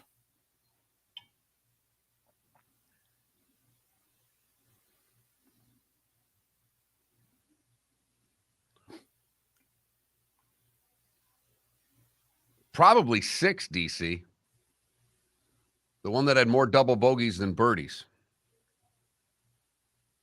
Yeah, I thought the course was boring. I thought the leaderboard was great. I thought the course was boring.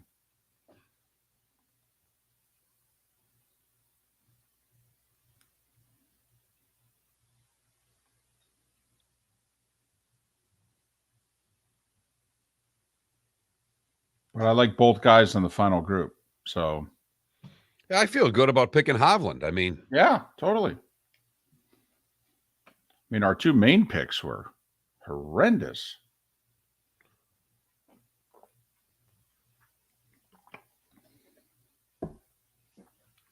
Mine missed the cut. Yours damn near finished last. Who of those that made it, he struggled so badly on the weekend.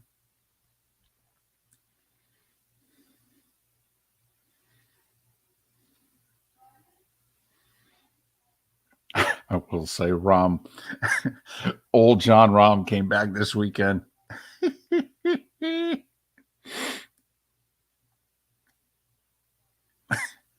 He obliterated Oak Hill twice.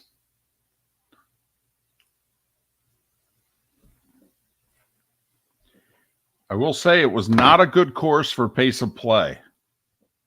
You know, only 2 par fives. I mean, what was it? It's seemingly on 14 every day. There'd be 2 or 3 groups standing on the tee. It just seemed was not a good pace of play course. By the way, did both those guys hit those bunker shots really thin? Did they damn near blade those into the edge, right? I mean, those were not good bunker shots. No.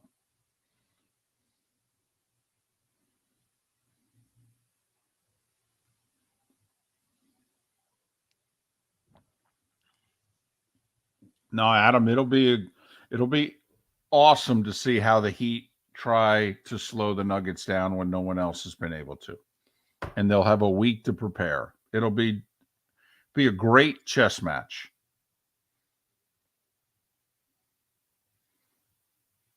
Got about 10 seconds.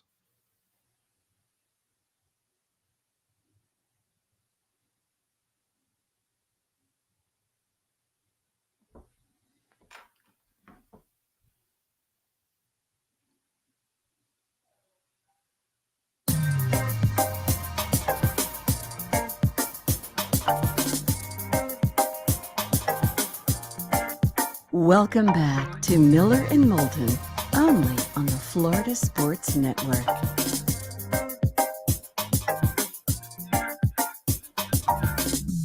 Steve Carney to talk the Rays on and off the field coming up at the top of the hour. Miller and Moulton, the Florida Sports Network, floridasportsnetwork.com. We've been talking a lot about the NBA and the NHL playoffs and the PGA Championship in the first 90-plus minutes of the show. Mark, feel we need to take a moment. One of the bad breaks for a sports talk show that can happen is sometimes a long period of time can ensue between your last show and your next show. And something very significant can happen during that time. And it seems almost outdated when you come back on the air.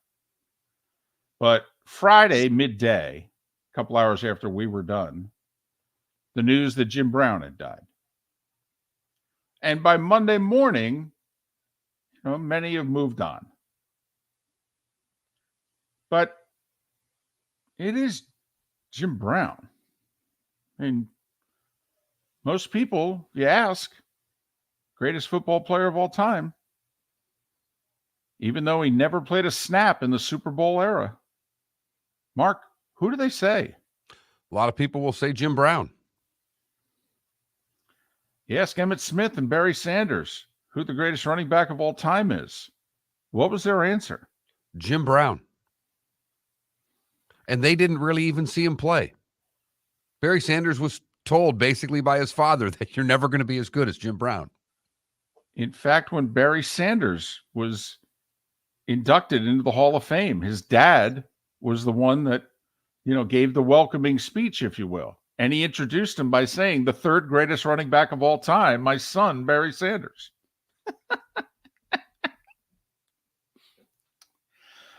Did you ever meet him? Ever talk to him? Never met him. Lucky enough, right before you and I hooked up, I don't know if it was 04, 05, we interviewed him on the local radio in Fort Myers, Naples. He was getting ready to play a round of golf in Los Angeles. I think it was Riviera. And we got him on his cell phone. And he was gracious enough to give us a little over 15 minutes. And the one answer that I remember was, I said, legend has it that you can not only be called the greatest football player of all time, but the greatest lacrosse player of all time. And there are those in the lacrosse community that feel that you were better at lacrosse than football. What would you say to that? And he chuckles and he said, quote, they might have been right. And I just thought about that for a second. Could you imagine facing Jim Brown on the lacrosse field? I mean, it was bad enough to face him on a football field. Could you imagine him running at you in a lacrosse uniform? That size, that speed, that agility, that athleticism.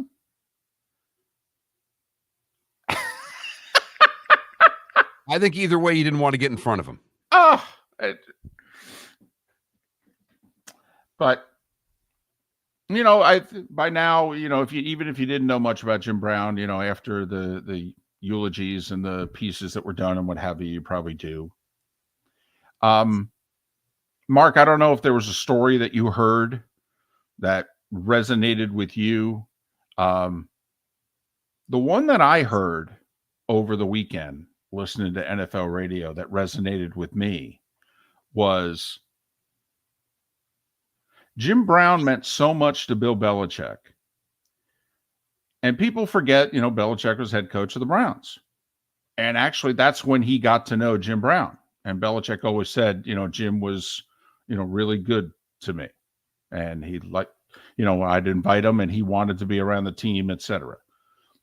And so obviously a lot of time goes by. And so the first game, and I had forgotten this, the first game that Brady plays after the 4-game Deflategate suspension is in Cleveland against the Browns. And Brady and the Patriots destroyed them. And you know how quickly the team wants to pack up, get on the bus, get to the airport, get back. And so they're moving pretty quickly, and answering all the Deflategate questions, Tom coming back and what have you. They're just like, listen, let's just get out of here. And so they start to leave the parking lot. And Belichick says, and he's obviously in the first bus, and wherever they go, the other buses will follow. Belichick says to the bus driver, pull around to the front of the stadium and park the bus.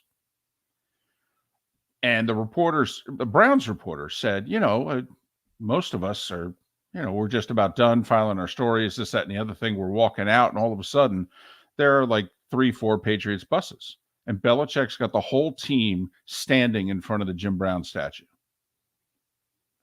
And he proceeds to give them a lesson about Jim Brown. Talks to them about who he is, okay? And my time here in Cleveland and this, that, and the other thing. And he just tells Jim Brown stories. And then they get back on the bus and they go to the airport. Standing in front of the Jim Brown statue. I don't know. Just struck me as pretty damn cool. Absolutely. And, Belichick obviously is a great historian of the game. Right. And fitting that he would do that with his team. And some clips were brought up, and not just of, we've talked a lot of NBA today. If you remember the very first time when LeBron came back to Cleveland, 2015 season, he takes the Cavs to the finals. They're going to lose to the Warriors. They were shorthanded, the whole deal. But it's before game 3, the first home game in Cleveland. And the Warriors and Cavs are on the court, and they're about to jump center, and LeBron looks over to his left, and sitting like 4th row center court's Jim Brown. And LeBron walks away from the circle and walks towards the scorer's table and bends at the waist and puts his hands together and bows to Jim Brown. And Jim just kind of nods and smiles, and LeBron goes back, and now they go to play the game. I mean, Mark, there are very few athletes who are spoken of with the reverence that Jim Brown has been spoken of. Very few athletes, David, that would stop all other athletes in their tracks when they met him. I mean, that to me is, when I think of Jim Brown, is that everybody from Muhammad Ali to LeBron James and every damn great athlete in between stopped and recognized Jim Brown. And there's no doubt he had a terrible temper for 30 years. It got him into trouble. Not whitewashing any of that or what have you. But the significance of him, the football player, and the significance of him as a Black American, quite frankly, is so big. If you're not familiar with the things he said and did on behalf of civil rights, also the barriers he broke down. I mean, when he was the lead actor and had a love scene with Raquel Welch in like 1970, 1971, I mean, that was a BFD in America, okay? All right. Didn't have a whole lot of interracial stuff. Hollywood wasn't, they were doing everything they could not to show that. Never mind, these are the two leads. We're going to have a love story movie. I'm sorry, what? No, I mean, decades later, they changed the love scene. I'm trying to think what one of the books turns into movies where Denzel and Julia Roberts are the lead actors. They have love scenes in the book. They took them out of the movie.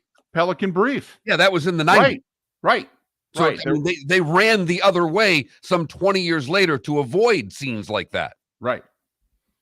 Meanwhile, the sexiest of female superstars is going to do a love scene with the big, strong black man. I will say Raquel Welch always spoke very positively of her movie experience, but boom. But anyway, he's a pretty damn significant guy.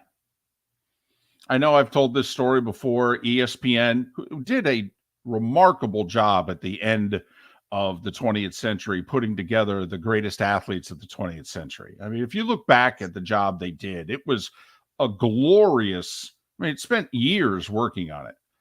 And they ranked him. And they ranked Jim Brown fourth greatest athlete of the 20th century. Jordan was third, Ruth was second, Ali ended up one. And I remembered watching it thinking to myself, well, you got to put Jim Brown ahead of Jordan. I mean, Jim Brown played two sports. Jordan couldn't play two sports. Proved that. But anyway. So they have this big event ESPN does in New York. They're pitching it and we're going to debut it next week and the whole deal. And they invite a few of the people that make the list. And Jim Brown's one of them. And I thought it was Rich Eisen who was doing it live. Maybe I got my ESPN guys confused. And he turns to Jim Brown live on ESPN and he says, hey, congratulations for being one of the 50 greatest athletes of the 20th century. And Jim just starts chuckling and looks at him and says, well, I hope we're taking a zero off that.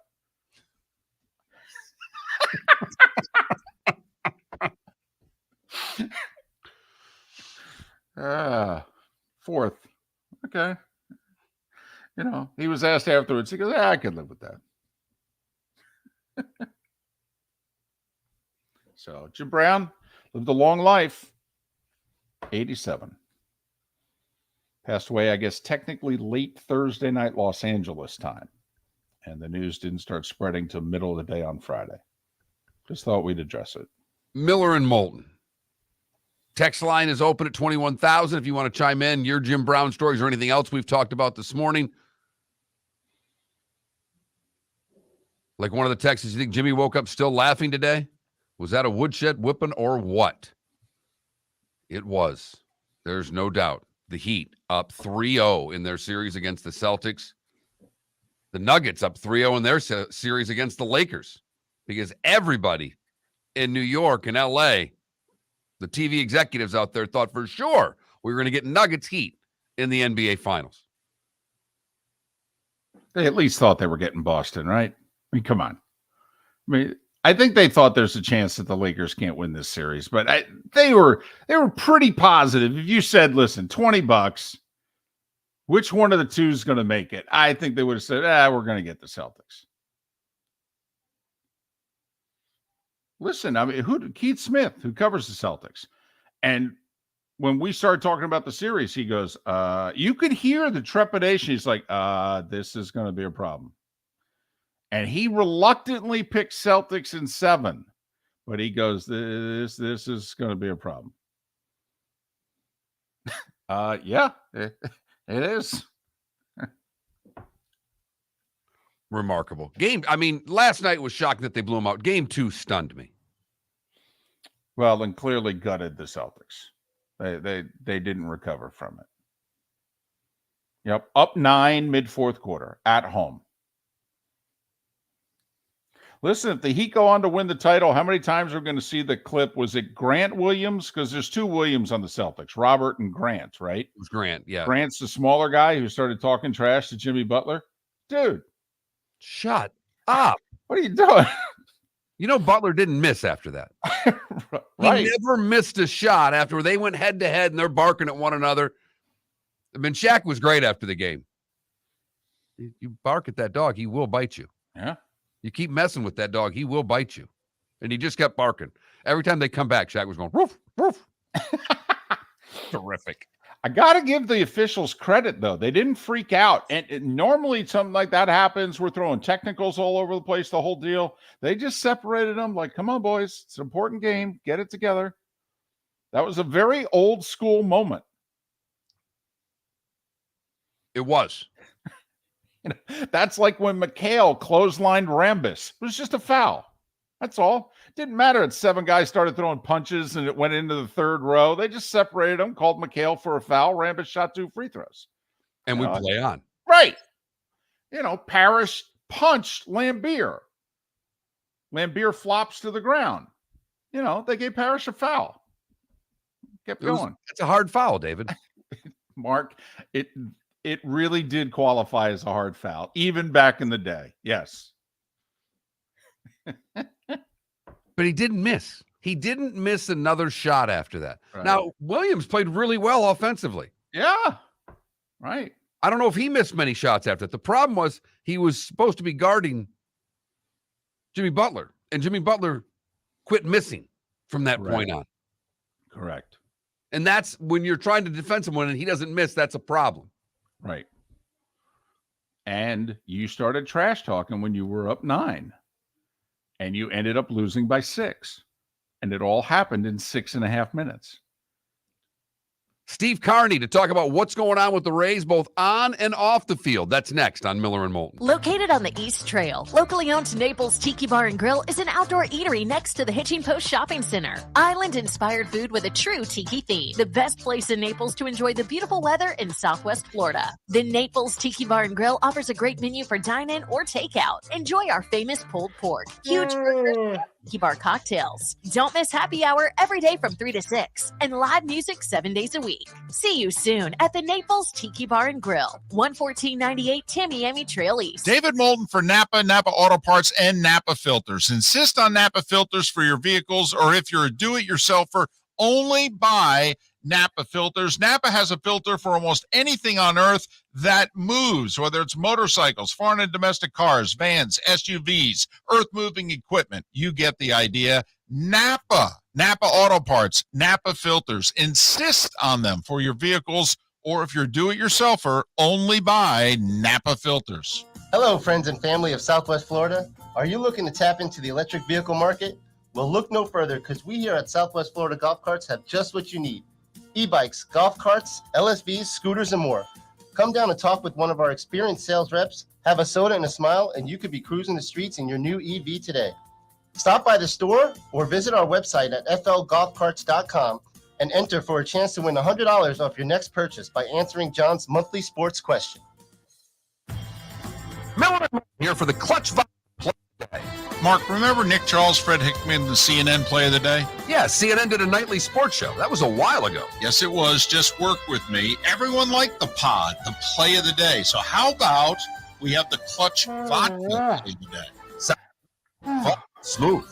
Like Clutch Vodka. Listen weekday mornings for the Clutch Vodka Play of the Day. That's Clutch with a K. Ladies and gentlemen, once again. Hi. Excuse me. Hey, the line starts back here. Ma'am, if your party's not here, you're going to have to go around again. If you had the opportunity to avoid all this, wouldn't you? Salt Live is the official transportation provider of the Miller and Moulton Morning Show, making your trip to and from the airport seamless and stress-free. Salt Live is supported with the help of local partners like the Bayfront Inn.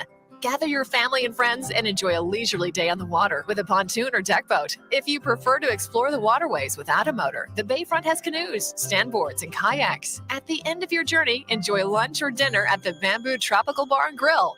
The Bayfront Inn, something for everyone on 5th Avenue in downtown Naples. BayfrontInNaples.com. When you need a ride, book with Salt Life Transportation, 308-8686, or book on saltlifetransportation.com.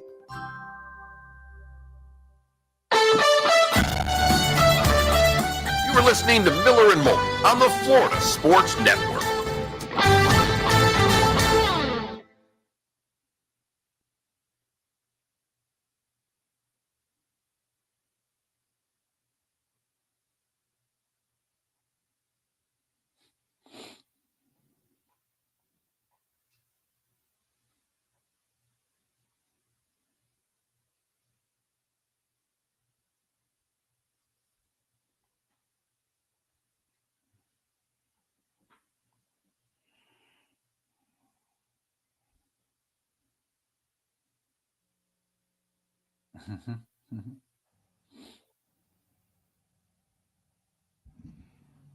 I just watched it, Adam. That was pretty good. I didn't even think about watching it until right there. Love the people chirping him. That's outstanding. What? Oh, what Adam put there. Well, I just watched the Portnoy live stream walking out of the game last night with 7 minutes left.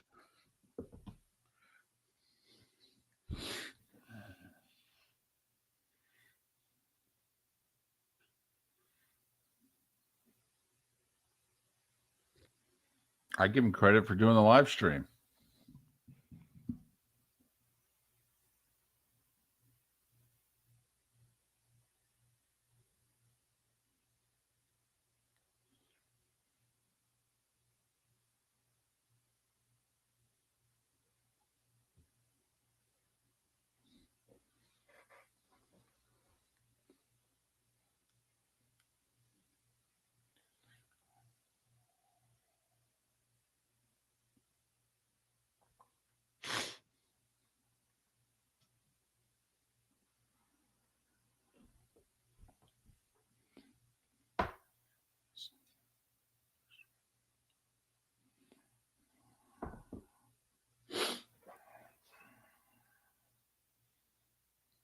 Did you see the clip of Block when they told him he was playing with Rory?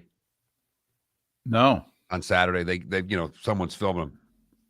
He just like turns around, he's just like.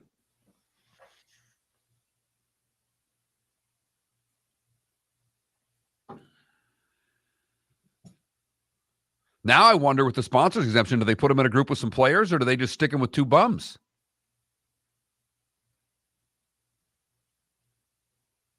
What would you do?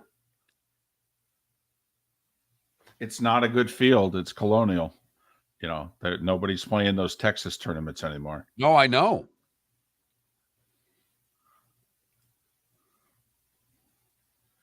Did you hear Spieth yesterday? He was asked about his injuries. He starts talking about, well, I kind of did this. I did this at Charlotte, and then I hurt my right wrist here. And then he stops and he goes, man, hockey players are listening to this right now. This is embarrassing. And you know what? You're right. They are. They love golf. They probably are watching it. Yeah, he's just thinking, there's hockey players are like, come on, dude.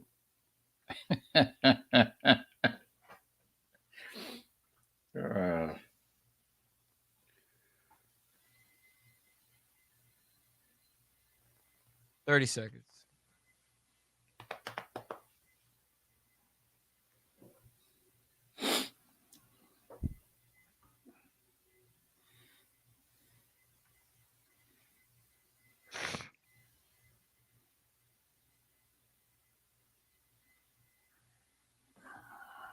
Here we go.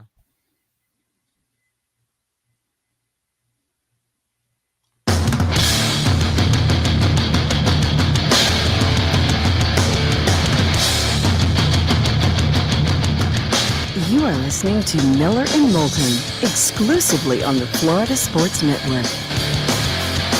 And now, here's Mark Miller and David Moulton. Third and final hour of Miller and Moulton along the network in Lake City and surrounding areas, Tampa, St. Pete, Port Charlotte, and Venice. And, of course, our home base in the 239, Miller and Moulton, the Florida Sports Network, floridasportsnetwork.com. Steve Carney joining us once again to talk about the Rays on and off the field. He covers them.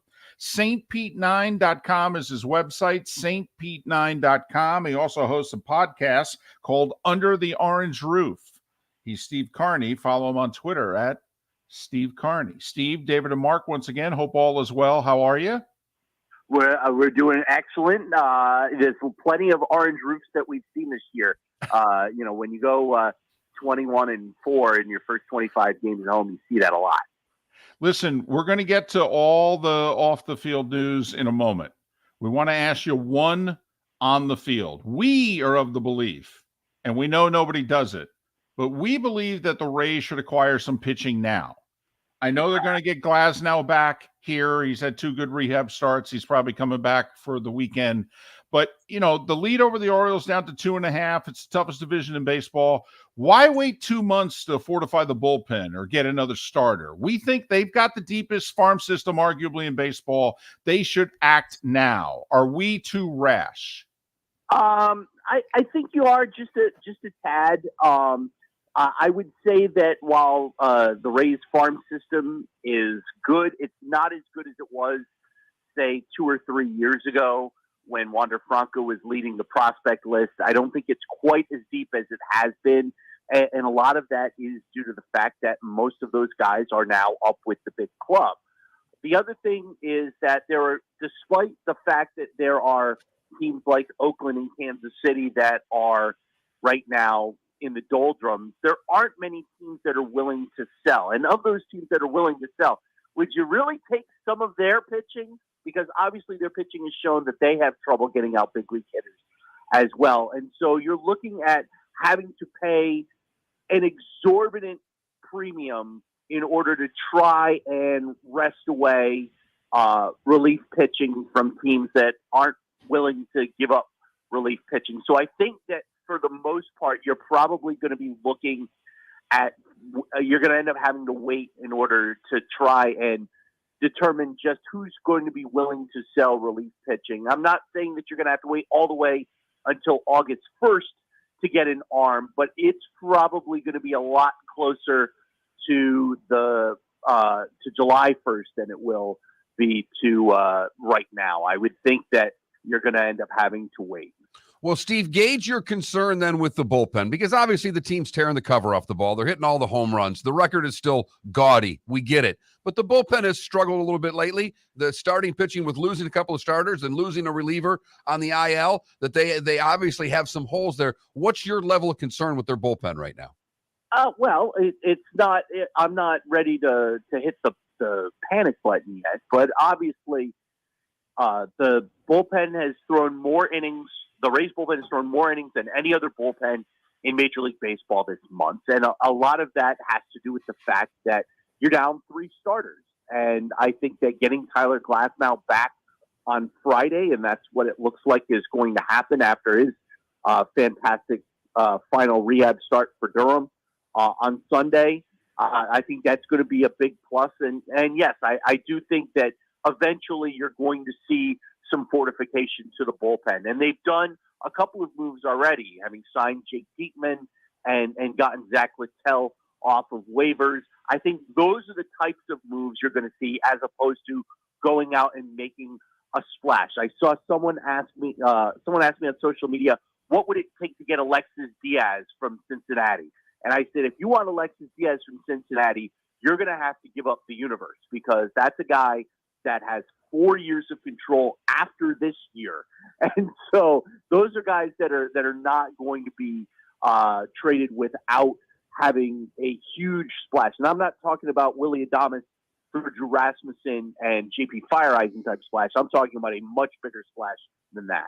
Steve Carney, stpete9.com is his website, in which he covers the Rays, stpete9.com. His podcast, Under the Orange Roof. Follow him on Twitter at Steve Carney, Carney. All right.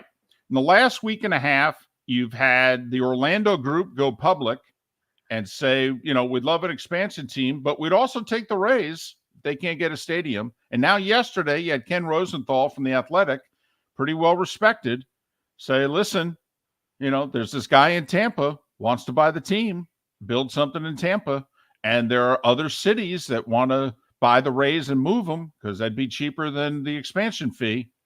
Steve, as somebody who covers the Rays and is very well connected, what's your thoughts with what's been talked about publicly in the last 10 days? Well, I like the fact that Stu Sternberg came out and made a couple of statements about what's been said over the last few days. And, he said that they're looking at the St. Petersburg region and that he expects to remain the owner of the team through that. I look at it, I've become a huge proponent of show me a shovel.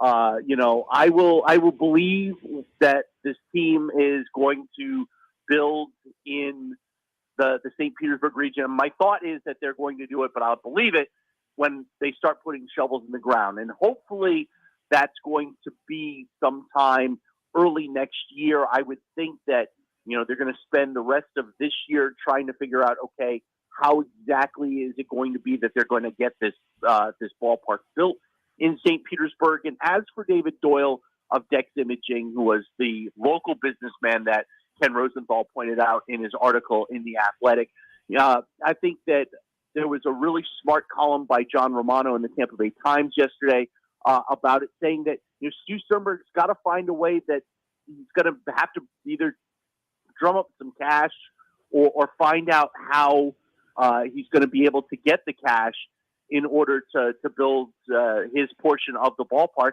And maybe that means taking on another minority partner. Doyle's father was part of the original ownership group with Vince Namoli. So I'm sure that he's intimately familiar with how the books should look for the Rays. And I would think that he would definitely be interested because his company, Dex Imaging, is one of the team's major partners already, advertising-wise. So St. Pete, obviously the leader of the club. Is there anything you're hearing, Steve, about somewhere? I mean, because obviously Doyle here mentioned Tampa as a possibility. Is there anywhere, or is it just a pipe dream right now? Because St. Pete, there's actually a plan. We've seen what it's going to look like. There's no other plans out there, are there?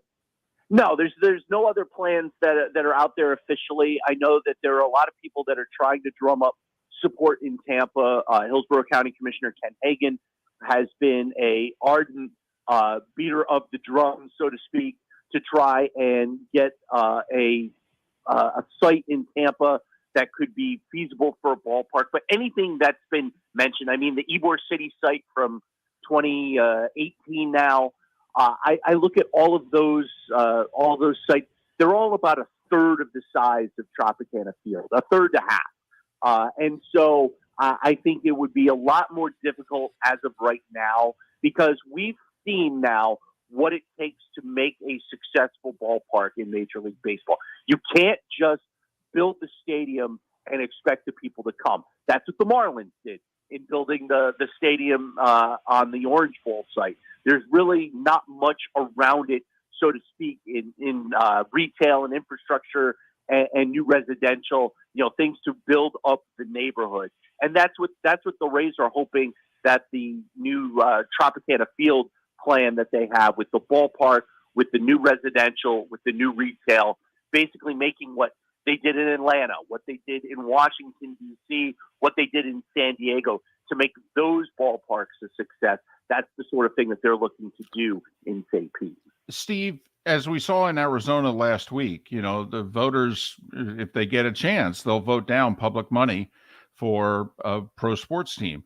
The St. Pete plans, are they all privately financed, or a lot of them are dealing with the there's redevelopment money that is scheduled for the Trop site, and the Rays get a large chunk of that, so that it kind of gives them an onus to build on that site to recoup that money. There's not, to my understanding, a lot of public money. There's going to be a little bit for infrastructure, but I saw what they wanted in Tempe for the hockey arena for the Coyotes at $740 million. Obviously the folks in Las Vegas are kind of balking at $200 million. The gap between what they've already offered the A's and what it's going to cost to build that ballpark at the Tropicana site. Kind of interesting. I don't think that's what the Rays are looking to do is try and drum up a whole ton of these. But I think there has to be some, and that's going to be the big question of just how much. Steve Carney, stpete9.com. He covers the Rays on and off the field, stpete9.com. Follow him on Twitter at Steve Carney. Listen to his Under the Orange Roof podcast. Steve, always appreciate your time and insight. Let's catch up in early June. That sounds good, guys. Appreciate it. Steve Carney joining us once again here on Miller and Moulton. That was a development late last week. Remember the A's in Vegas and $400 million.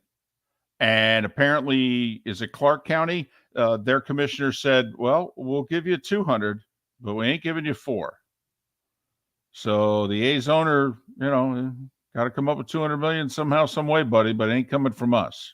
And that's the other side. With any stadium that's going to be done, whether it's Tampa or St. Pete, there's no money coming from Tallahassee. No. None. Oh, no. Also, think of the timeline. If you're thinking that maybe, the current governor won't be governor anymore. Well, that ain't going to happen. Even, if he's successful in becoming president, he's going to be governor for damn near another 2 years. Okay, well, there's going to have to be shovels in the ground for the new Rays Stadium before he goes to D.C., if in fact he goes.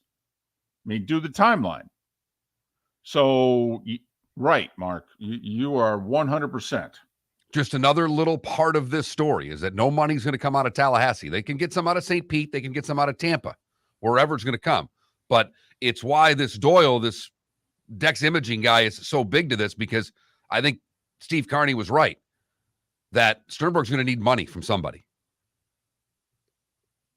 Or is he going to have to sell the team?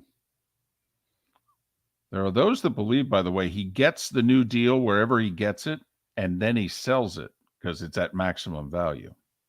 Miller and Moulton, thanks for listening. Florida Sports Network. David Moulton for Napa, Napa Auto Parts, and Napa Filters. Insist on Napa filters for your vehicles, or if you're a do-it-yourselfer, only buy Napa filters. Napa has a filter for almost anything on earth that moves, whether it's motorcycles, foreign and domestic cars, vans, SUVs, earth-moving equipment. You get the idea. Napa Auto Parts, Napa filters. Insist on them for your vehicles, or if you're a do-it-yourselfer, only buy Napa filters. Hello, friends and family of Southwest Florida. Are you looking to tap into the electric vehicle market? Well, look no further, because we here at Southwest Florida Golf Carts have just what you need. E-bikes, golf carts, LSVs, scooters, and more. Come down and talk with one of our experienced sales reps, have a soda and a smile, and you could be cruising the streets in your new EV today. Stop by the store or visit our website at flgolfcarts.com and enter for a chance to win $100 off your next purchase by answering John's monthly sports question. Ladies and gentlemen, once again. Yeah. Hi. Excuse me. Hey, the line starts back here. Ma'am, if your party's not here, you're going to have to go around again.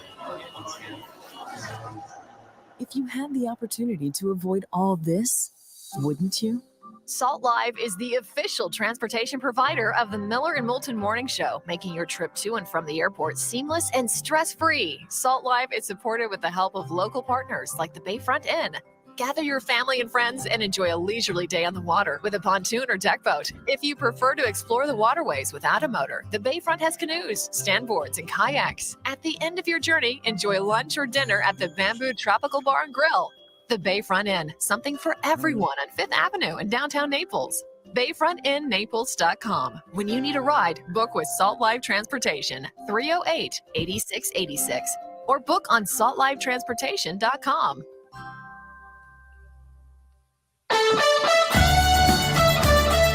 You were listening to Miller and Moulton on the Florida Sports Network.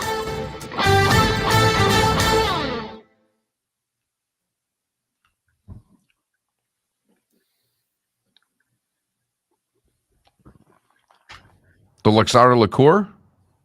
I'm sorry, what? I'm talking to hops. Gotcha.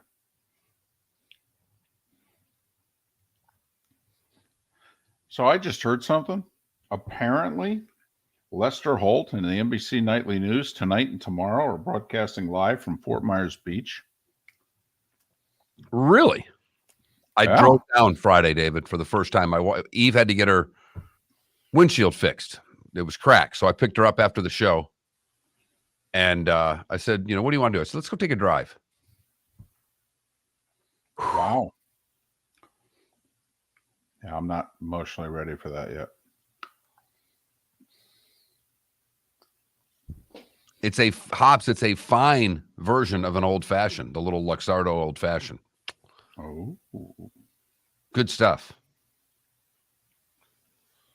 And I bought a cheap bottle of bourbon, not cheap, but a $30 bottle of bourbon called Yellowstone at Costco. It's a nice bottle of bourbon.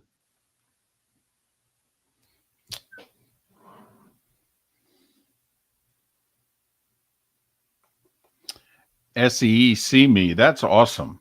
That's a great little anecdote right there. That is cool.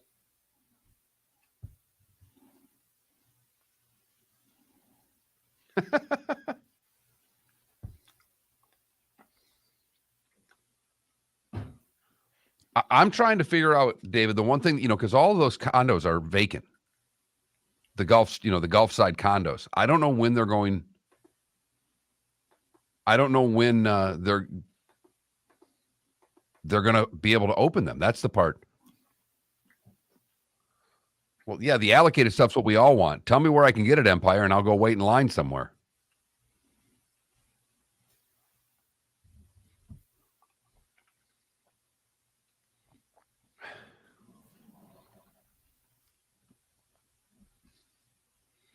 Good luck, Logic Man.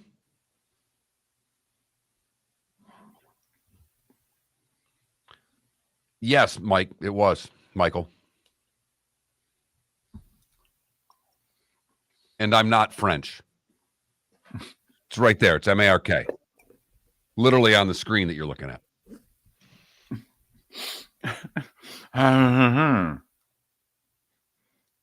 Big fan of Macron, are you?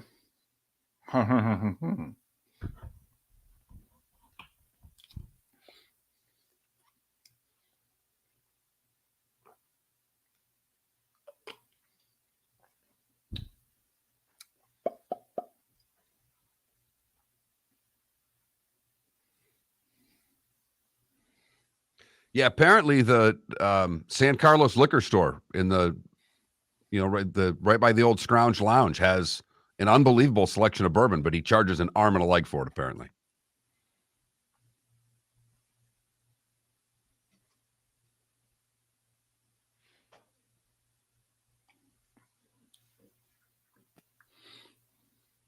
They're up 2-0, huh?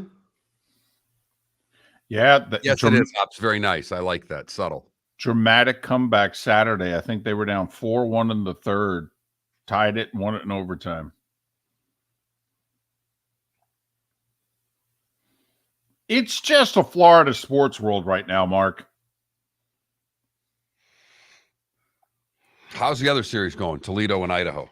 Don't know. Let's go to ECHL.com and find out. What the hell is... That's a hell of a site.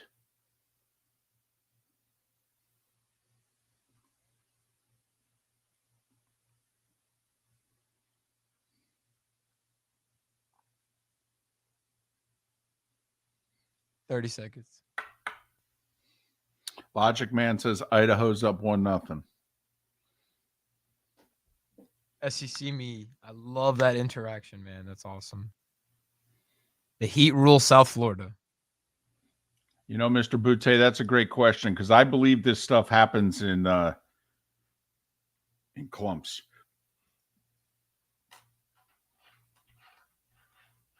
$10 seconds. God, the bar that I watched game 2 at was electric. Amazing.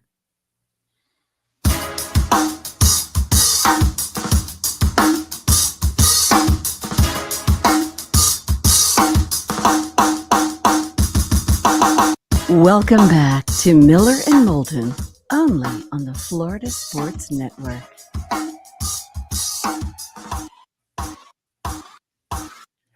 21 minutes past the hour. Thanks so much for being with us. Hope you had a great weekend. Thanks for starting your week off with us. Miller and Moulton, the Florida Sports Network, floridasportsnetwork.com. You ever miss any part of the show, go to floridasportsnetwork.com and download what you missed. Like Steve Carney, last segment, talking Rays on and off the field. Ken Rosenthal, The Athletic, wrote a big story talking about, hey, people want to buy this team. And some of them are out of town and they want to move it to, Nashville, Portland, something like that. It's cheaper to buy the Rays than it is to buy an expansion team. And they're far from an expansion team. I don't know, a couple of guys who came to that conclusion a few weeks ago. But what do we know? Hey, are you a believer that, good stuff kind of happens to like a sports fan base? Or do you believe in because you think about it, FAU and Miami go to the Final Four. And right on top of that, the Heat and the Panthers look as if they're going to the finals. What are you trying to say, David? What I'm trying to say. What are you trying to say? What I'm Do trying you need to start chanting Tua? Yes. Tua, Tua. Is that what you're trying to say, David? That's what I'm getting at. Do we need to start putting some money down right now on the Dolphins? Is this just the greatest South Florida sports year ever? They're winning the division. I'm just wondering, do we bet the Dolphins in May? Is Jimmy Butler going to play for the Dolphins? DB. Maybe there's a Jimmy Butler who plays for the Dolphins. We just don't know it yet. I mean, come on, Heat fans, they were not jumping up and down about Jimmy Butler his first year with the team in 2020. And next thing you know, he took them to the finals in the bubble. Just everybody's going to be talking about Aaron Rodgers and the Jets. Josh Allen and the Bills have as many primetime appearances as any other team. All right. And maybe Mark, if it's the sports world right now, where does it go through? It goes through Miami, David. So, therefore, I'm not high. I'm not saying we should bet on the Marlins. Although if there's But wait a minute. Hey, they're above 500. Don't know. They're a half a game out of the playoffs right now. I know. So maybe we would throw a few shekels on them to slide into the playoffs if there's one of those bets out there. What the heck? That's when you know this is really rubbing off. Let's be honest. But maybe, just maybe. Come on. Gotta throw a few shekels. I'm a believer in that. That when it happens, it happens. And it happens for, your group of teams. It's our year. I'm a believer in that. So, as John Forsland would say, hey, what do you say? I think.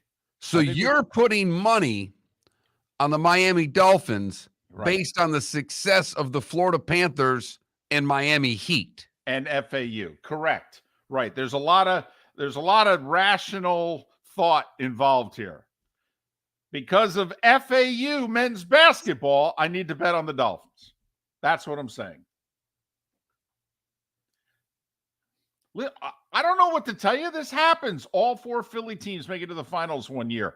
The whole 12-month period between the Jets and the Knicks and the Rangers, 50 plus years ago. This thing happened. The Mets and the Giants both winning their championships within 90 days of each other. Okay. Sometimes it happens. Rangers, who were awful that year, made it to the Final Four. Knicks got Ewing in a lottery. I'm telling you, this stuff happens in clumps. I'm just saying. I think, how about this? We'll do it with my money. That's good, because I wouldn't put $1 on it. Come on! I don't believe in this the way you believe in it, because this is not shtick out of David Moulton right now. He is totally.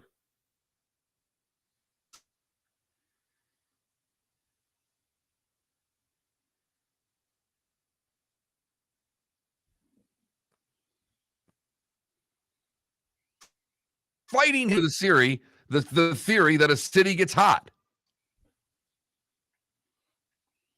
And once again, David jumping all over Miami, the Heat, the Panthers, FAU, the Canes basketball team, and will it be the Dolphins? I mean, hell, I may just even put a shekel on Hurricanes football. Probably not, but I'll think about it. How about that? I'll save a little bit of money, couple shekels on the Marlins, couple shekels on the Canes football team. It's, what can I tell you? It's that kind of year. It's that kind of year. Might have to throw a few shekels on Inter Miami then. I mean, what the heck? Why not? Listen, let's not get crazy. Okay. Let's not get crazy. First off, the team doesn't exist. You know why the team doesn't exist? Because the league put its matches on Apple, and apparently no one has bought the package. It is the cautionary tale of going to streaming services that people have to pay for sports we're not sure that they want to pay for. Right. It's one thing for the NFL to go to streaming. It's another thing to be a niche sport and go to streaming. I know what you're thinking. Well, we've got our hardcore fan base. They will follow us. They will gladly pay the $10 or $20. Okay. You know, we got our soccer hardcores. This just in, they're not paying for it. Right, because the soccer hardcore is watching the Premier League. Correct. For free. Hops in the Twitch chat room asking an interesting question. What is the exchange rate for shekels right now? Not sure. I think it depends on Putin's success in the Ukraine, but that's a whole other story. So, listen, it's a good thing I don't write columns anymore. All right, because I'd have to justify, why am I putting money on the Dolphins? FAU went to the Final Four. Canes went to the Final Four. 2 8 seeds are going to the finals in NBA and the NHL. Are you serious? If you have Miami in front of your team, or you are in one of those 2 area codes, you are kicking butt and taking names. That's why. Well, the Dolphins haven't done that in a while. When's the last time FAU had done it? Had the Canes the last time the Panthers have done it? Right. So there. Panthers back at home trying to go up 3-0 tonight to be just like the Miami Heat, who have jumped out to a 3-spit lead. And because of that, David is now betting the Dolphins. I'm a karma guy. I am. I'm a sports gods guy. I'm a karma guy. And I don't know what to tell you. It's lining up. I don't know why. We can't explain this crap. Come on. We can't explain it at all. I mean, you and I, we liked FAU. We didn't like the fact they got an 8-9 game and they're going to have to play the 1 seed in the second round, but we actually thought, yeah, not a good matchup in the second round for Purdue. Turns out they didn't play Purdue. Oh, okay. We liked the Heat going to the Final Four, or the Canes. We talked about it a month beforehand. We said this team can go to the Final Four. We both had to make deep runs in our tournament. But this Heat Panthers thing, come on. Right. You're going to mock me for putting money on the Dolphins when I go, well, look at the Heat and the Panthers. I had the Panthers losing in 3 to the Bruins, and it was a best-of-7 series. You did. You did. By the way, hats off to the Panthers social media team. So every time there's a road win, they show like the crowd of Panthers fans watching outside the stadium, and they say, shout out to all 7 of our fans. That's like a reoccurring thing they're doing now. Yes!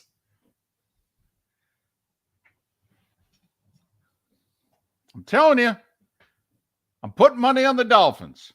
Why? Sergei Bobrovsky. Prove me wrong. Bob. I got nothing for you, David. I've got absolutely nothing. I'll raise you a bark off. That's about all I can do in a butler, for that matter. Miller and Moulton. Thanks for listening. Back with more in a moment right here. Florida Sports Met Network. David Moulton for Napa, Napa Auto Parts, and Napa Filters. Insist on Napa filters for your vehicles, or if you're a do-it-yourselfer, only buy Napa filters. Napa has a filter for almost anything on earth that moves, whether it's motorcycles, foreign and domestic cars, vans, SUVs, earth-moving equipment. You get the idea. Napa Auto Parts, Napa filters. Insist on them for your vehicles, or if you're a do-it-yourselfer, only buy Napa filters. Hello, friends and family of Southwest Florida. Are you looking to tap into the electric vehicle market? Well, look no further because we here at Southwest Florida Golf Carts have just what you need.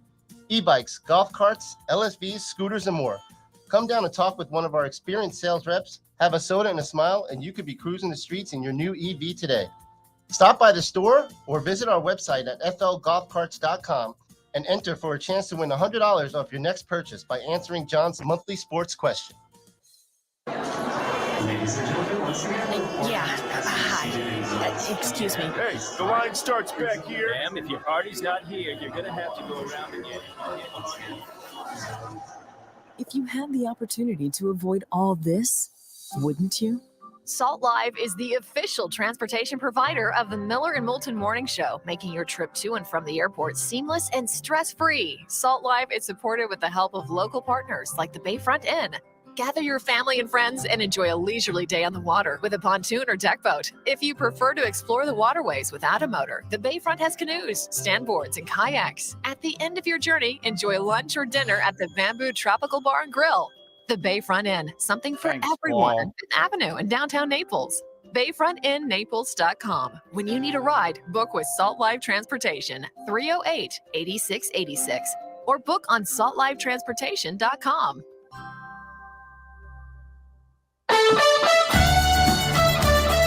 You were listening to Miller and Moulton on the Florida Sports Network.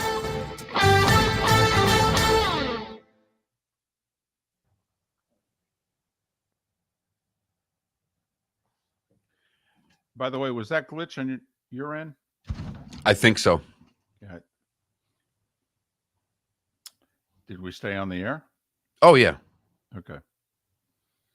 Well, I'm glad you kept going. I just kept rambling. Yeah. I waited till I saw you again. Well, I mean, you know, I had my diatribe. There's time for you to have yours. Appreciate that, Paul. Thank you. Thank you.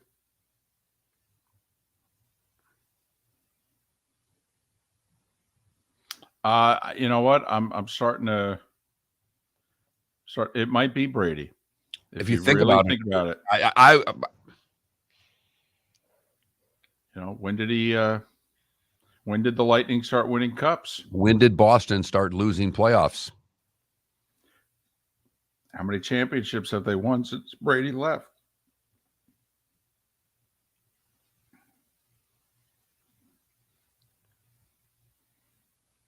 When did Brady move to Miami? February. Season ended mid-January. Got up and moved right away. LA now too, though, right?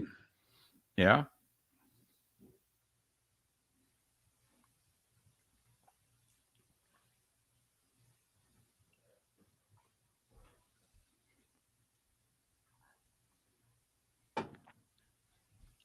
I am curious where they're going to put the next few Super Bowls.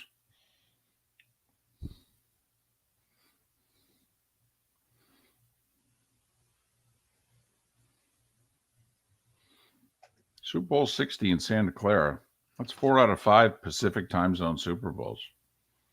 It's ridiculous. Got to think 61. Ridiculous. Got to think 61, 62, 63. I know Radio Row's not a thing anymore, but you basically told half the country that don't send anybody out here. Oh, yeah, over that. I'm thinking the next, when they announce 61, 62, 63, I'm thinking it'll be some combination of Dallas, Atlanta, Miami. And then Nashville will get theirs. They think Nashville will be ready for the 27 season. They don't like to give the first year of the new stadium. They like to give it the second year of the new stadium. So if I had to predict, Super Bowl 63 will be my guess. 2028 season, February of 29. 63 will go to Nashville. Where are we at right now? What is this? Where are we at this year? This year will be 58. And that's Phoenix? Vegas. 59 will be New Orleans. 60 they'll announce this week will be Frisco / Santa Clara. Oh, that's right. They were just in Phoenix. What am I talking about? I'd like to do Vegas. That'd be fun.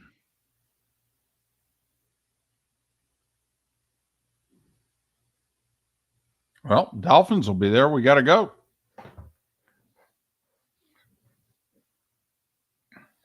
That's funny, Adam.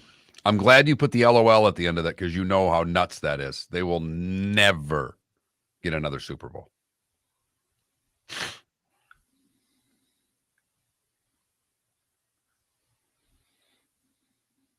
actually a joke they got it the first time. I mean, there are not enough hotels. There's not an airport. Not a good one. Fort Myers is a better airport than Jacksonville. Much. And they're redoing this one. Well, the only northern city to get a Super Bowl was New York. They wanted to try it. They got lucky. But, yeah, all the northern, Philly, Buffalo, Kraft ain't getting a Super Bowl. I mean, it's just...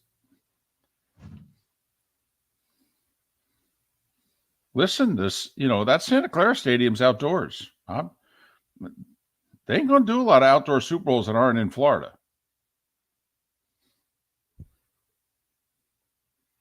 Yes, he will. And if he gets 16 more just like it, they'd have enough hotel rooms for a Super Bowl. Exactly. Yeah, because it's a dome. That's why Detroit got one. Minneapolis got theirs. It's a dome.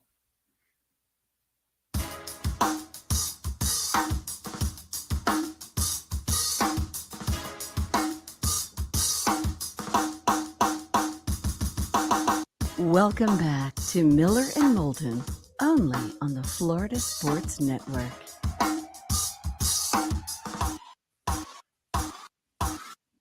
"22 minutes until we're out of here in Lake City, Tampa, St. Pete, Port Charlotte, and Venice.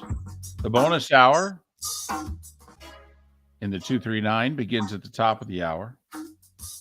Kicked around a lot of things today, a lot to kick around. One area, Mark, that we haven't gone down when we've talked the PGA, and the obvious that the winner, Brooks Koepka, plays now on the LIV Tour. So, you think there's anything that is now going to happen in 2023? I mean, Koepka is all but assured a spot on the Ryder Cup team right now. And there does not seem to be a movement amongst those associated with the Ryder Cup to kick him off the team. So, let's extrapolate this over the next 4 months. Ryder Cup's what, late September in Italy? We got 2 more majors. Obviously, we don't know who's going to win them. Koepka. Put it this way. If I said Koepka goes top 10 in both, would you bet me? Would you bet against me? I'd bet against you at the British. He doesn't have a great record across the pond, but yeah, obviously his U.S. Open record's pretty good. It's got 3 top 2 finishes after all. So yeah. But I'm just wondering now. So, where do we go from here? Last year was tumultuous. Next year could be tumultuous because apparently we're going to go to court. The 2 sides are going to fight it out, I guess. Well, I don't think there's a lot of fight left on either side. Live Golf has not been saying anything. Norman's kept his mouth shut by and large. I would be surprised to see Norman not trying to get some quotes out this week on World Golf Rankings. I would think Live Golf would be pressing very hard this week to the official World Golf Ranking saying, are you serious? Are you serious that you're not going to give our tournament points? Do you look at what our players do when playing against the best in the world? They not only compete, but they win. They finish in top 10s. They're beating the best players on the other tour. So I do think that there's something there. If I were Norman and if I were Live Golf, I would be pressing the official World Golf Rankings to try to get my ranking points. But between the 2 tours, no. Rory's decided he doesn't want to yell about it anymore. He was the only one really yelling. Yeah, he's tired. He's had enough. But, Scheffler went public after the round yesterday and was asked about Koepka in the Ryder Cup. And Scheffler said, I want the best team. We haven't won on the road in 30 years. I don't care what tour they're on. I want the best 12. Let's go. Okay. Well, does that mean, it's going to be tough to pass on Dustin Johnson. Now, he had, 374s to end the PGA after an opening 67. His form's been a little up and down this year. But if GJ shows any kind of form, he went 5-0 in the last Ryder Cup.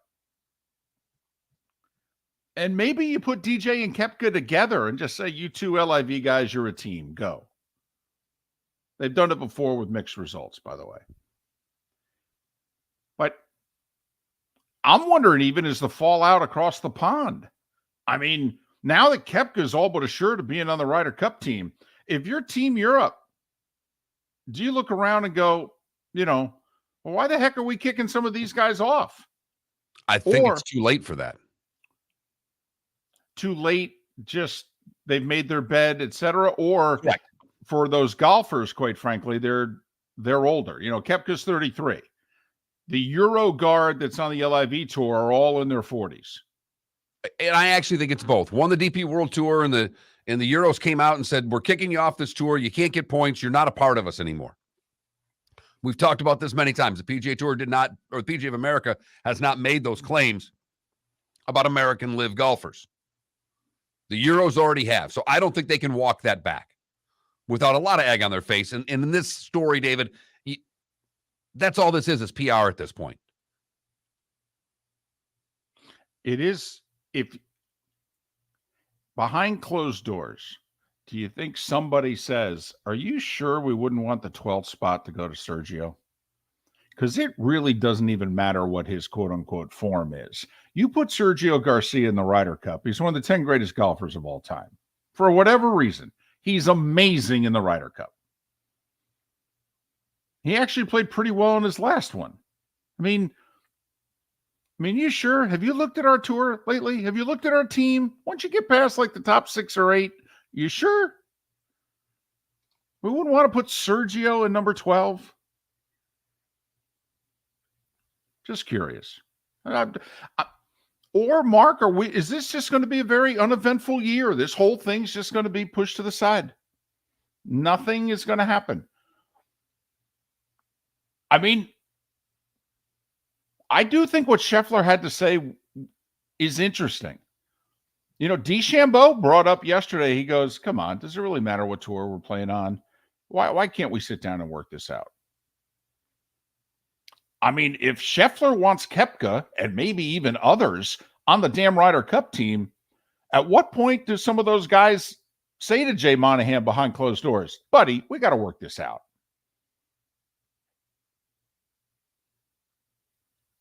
The only other side of this, David, and it was like they started rooting for Koepka. When Koepka and DeChambeau teed off, they both got booed.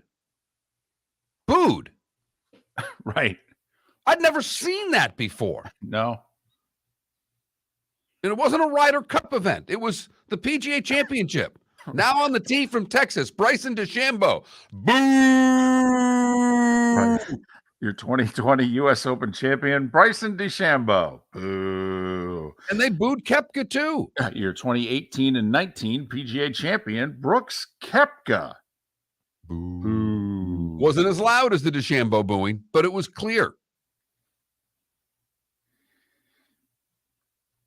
Now, I will say, unlike at Augusta, where clearly they were rooting for Rahm over Koepka, I thought down the stretch, the upstate New York crowd, started embracing, okay, this guy's going to win. I'll tell you what, we're almost done on the network, so I'm going to get this up. For everybody in St. Pete, go to that Mark Miller, the David Moulton, FL Sports Network. It'll be up in 2 minutes because Felipe is going to do it right now. Should Brooks Koepka be on the U.S. Ryder Cup team this year? Very simple question. In parenthesis, put he's second in points. So for those that don't fully understand, he's going to be on the team. Point-wise, he's going to qualify for the team. It would take like an act of Congress right now to keep him off the team points-wise. So. But you and I are very different than most people that I deal with from a golf standpoint. The live golf guys, to most of the golf people that I talk to, are dead. Right. Now, one of my buddies who happens to be a PGA pro, we were on a group text yesterday, and he goes, that he was the first one to text it out. He better be on the damn Ryder Cup team.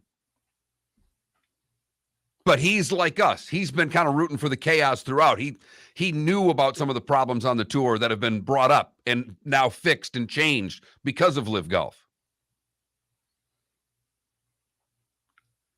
Here's what I'm wondering also. Like, there's going to be a book that comes out in August. It's not going to be good for Phil. If this thing goes to court, it's going to be very messy for the PGA Tour, but it also could be very messy for the Saudis in 2024. But there's also an investigation going on from the U.S. Justice Department right now as to what the PGA Tour did for a year and a half to try to, stop this LIV thing from happening. And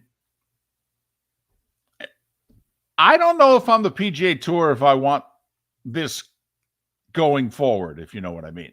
That, Mark, I'm just wondering if it's really quiet right now. The duck is just floating along in the water, and there's a couple of ducks, and they're starting to talk to one another and what have you. But underneath, Mark, they're battling like crazy. So I just wonder if maybe, I don't know. What do you say we come up with a solution, and I'll make my stuff go away if you make your stuff go away? What do you say? Well, because the Saudis don't want to go to court either. No, it's not the costs. It's what we're going to find out. Right. And they're losing, by the way, all these judgments. Like, PGA Tour keeps saying, oh, well, we need this info. Saudis goes, you can't get that. The courts keep going, oh, no, they're entitled to the info. No, discovery's going really well for the PGA Tour against the Saudis. You know where it's not going to go well? Against the U.S. Justice Department. That's not going to be good. So I'm just wondering, do we think anything comes of this, or is this just, this is cute, this was fun? Let's talk about the Michael Block guy. Wow, what a story. Well, what's really fascinating is on PGAtour.com, the number of Block stories versus the number of Koepka stories today. It's funny how that works. Really interesting how that works. Is there a Koepka story, or are they just saying it just says Koepka wins PGA? Gotcha. Scheffler and Hovland, T2.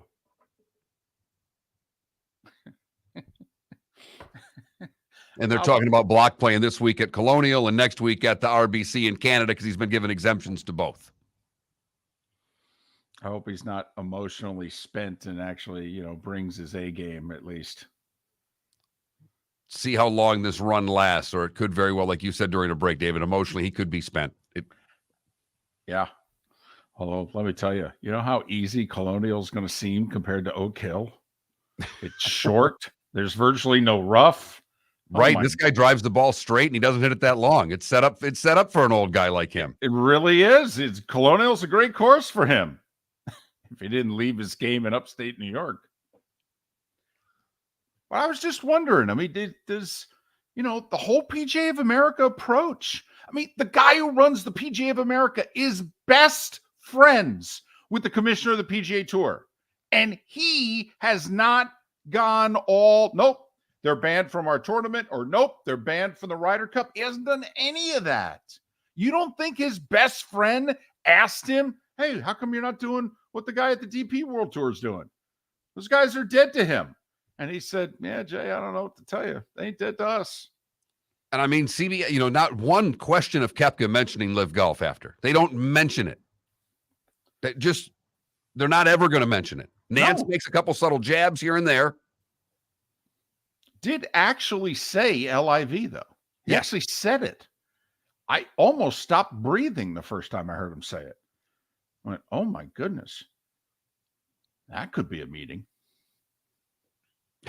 Does he know what he just said? Oh, my goodness. But, I just find the whole thing what the PGA of America is doing here, and I'm wondering if it actually, leads to something. Or are they just the adults in the room and everybody else, I I mean, I will say the USGA and the RNA have not kicked these guys out. They've said, hey, you got to qualify. USGA, what they did to Taylor Gooch, that was BS. Phil was right. I can't say what Phil said as to what it was they did, but it's a move. And it was. But, they screwed one guy. That's it. They didn't screw 30 guys. They screwed one. RNA hasn't screwed anybody. Said, no, qualifications are qualifications. Now, the whole world golf ranking thing is complicated because you used to be able to qualify by being ranked a certain thing. And since these guys aren't getting any points, hardly any of them have any ranking anymore. And someone asked on the text line, is there any tour that has 54-hole tournaments that gives world ranking points? No, there's not. And I'm not suggesting that they give the LIV Tour players the same ranking points that they give the PGA Tour players. But how they're not getting any world ranking points at all, except for in the majors that they play in, is ridiculous. But when a tournament gets shortened to 54 holes because of weather, they've gotten full points. Champions Tour players don't get points? They do not. Okay. It's an important distinction there. But, yeah, we've never advocated, by the way, they should get PGA Tour points. But we've advocated, listen, they should at least get whatever the DP World Tour is getting. I mean, come on. Have you seen the fields in that thing? That's a joke. And by the way, there are 19 people attending those events also. I mean, if you watch Saturday, Sunday mornings on the Golf Channel, there are not 19 people at these tournaments. For everybody that is listening down the network, we hope it's a lot more than 19 of you. We appreciate it. Tampa, St. Pete, Port Charlotte, Venice, and Lake City. We'll do it all again tomorrow morning. The block party. Look at you. You know what? And if we were in California near his home course, that's what the next 2 weeks would be too. We're having a block party. We're having a block party. Did he make the cut at Colonial? No, he's spent. Maybe in Canada, but he's fried this week. No. And I'll flip it. I think if he makes it this week because he just keeps rolling on the play that he's had, and by Canada he'll be done. But we'll see. I'd love to see him make both. You'll see a lot of them at Colonial because no one else is playing. You got that right. Miller and Moulton, thanks for listening right here on the Florida Sports Network. David Moulton for Napa Auto Parts, and Napa Filters. Insist on Napa filters for your vehicles, or if you're a do-it-yourselfer, only buy Napa filters. Napa has a filter for almost anything on earth that moves, whether it's motorcycles, foreign and domestic cars, vans, SUVs, earth-moving equipment. You get the idea. Napa Auto Parts, Napa filters. Insist on them for your vehicles, or if you're a do-it-yourselfer, only buy Napa filters. Hello, friends and family of Southwest Florida. Are you looking to tap into the electric vehicle market? Well, look no further, because we here at Southwest Florida Golf Carts have just what you need. E-bikes, golf carts, LSVs, scooters, and more. Come down and talk with one of our experienced sales reps, have a soda and a smile, and you could be cruising the streets in your new EV today. Stop by the store or visit our website at flgolfcarts.com and enter for a chance to win $100 off your next purchase by answering John's monthly sports question. Ladies and gentlemen, once again. Hi. Excuse me. Hey, the line starts back here. Ma'am, if your party's not here, you're going to have to go around again. If you had the opportunity to avoid all this, wouldn't you? Salt Live is the official transportation provider of the Miller and Moulton Morning Show, making your trip to and from the airport seamless and stress-free. Salt Live is supported with the help of local partners like the Bayfront Inn. Gather your family and friends and enjoy a leisurely day on the water with a pontoon or deck boat. If you prefer to explore the waterways without a motor, the Bayfront has canoes, standboards, and kayaks. At the end of your journey, enjoy lunch or dinner at the Bamboo Tropical Bar and Grill. The Bayfront Inn, something for everyone on 5th Avenue in downtown Naples. BayfrontInNaples.com. When you need a ride, book with Salt Live Transportation, 308-8686, or book on saltlivetransportation.com. Located on the East Trail, locally owned Naples Tiki Bar and Grill is an outdoor eatery next to the Hitching Post Shopping Center. Island-inspired food with a true tiki theme. The best place in Naples to enjoy the beautiful weather in Southwest Florida. The Naples Tiki Bar and Grill offers a great menu for dine-in or takeout. Enjoy our famous pulled pork, huge burgers, and tiki bar cocktails. Don't miss happy hour every day from 3 to 6 and live music 7 days a week. See you soon at the Naples Tiki Bar and Grill, 11498 Tamiami Trail East. East. Miller and Moulton here for the Clutch Vodka Play of the Day. Mark, remember Nick Charles, Fred Hickman, the CNN Play of the Day? Yeah, CNN did a nightly sports show. That was a while ago. Yes, it was. Just work with me. Everyone liked the pod, the Play of the Day. So how about we have the Clutch Vodka Play of the Day? Sounds good. Fun. Smooth. Like Clutch Vodka. Listen weekday mornings for the Clutch Vodka Play of the Day. That's Clutch with a K.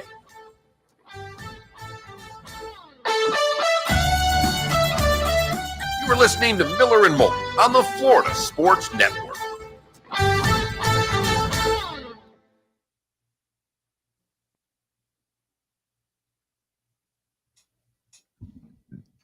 David, you seeing this story? Oran just put out a series of tweets. Apparently the Big Ten's TV deal is not done. Right. Yep. That story came out last night. It's being finalized, but Kevin Warren apparently put a few things in the TV deal that really haunt both Fox and Ohio State, Michigan, and Penn State off. Right. What I'm reading here of note, like he's basically said it's a must read. I'll read it after the show, but Orand says Big Ten schools will have to pay back nearly $40 million to Fox because Kevin Warren delivered the NBC Big title game to NBC without full authority to do so.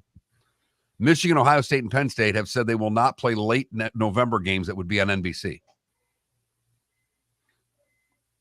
Apparently, there was an understood, unwritten rule that those schools don't play night games in November or after the first week in November anyway. And NBC's like, yeah, that's kind of the three biggest draws in the league. We need them to be able to play year round at night.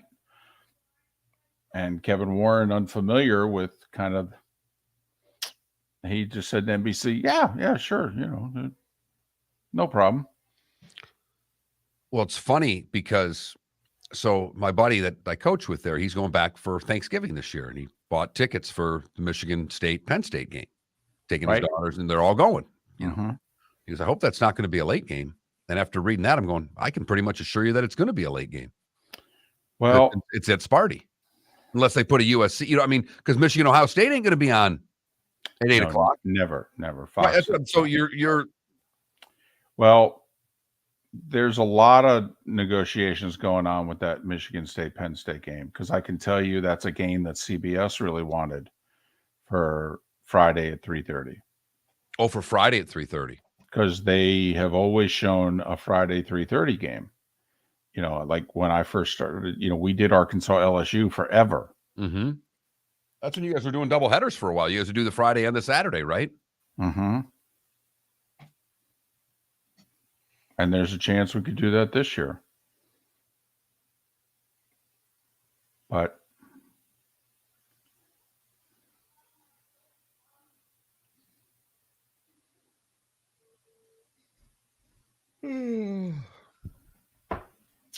we could talk about that.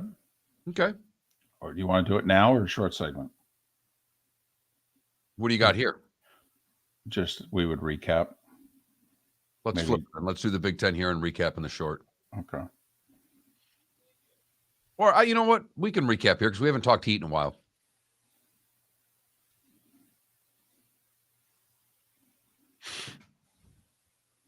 Oh, I don't know. I'll have to get back to you. I got a guy on the other line about some white walls.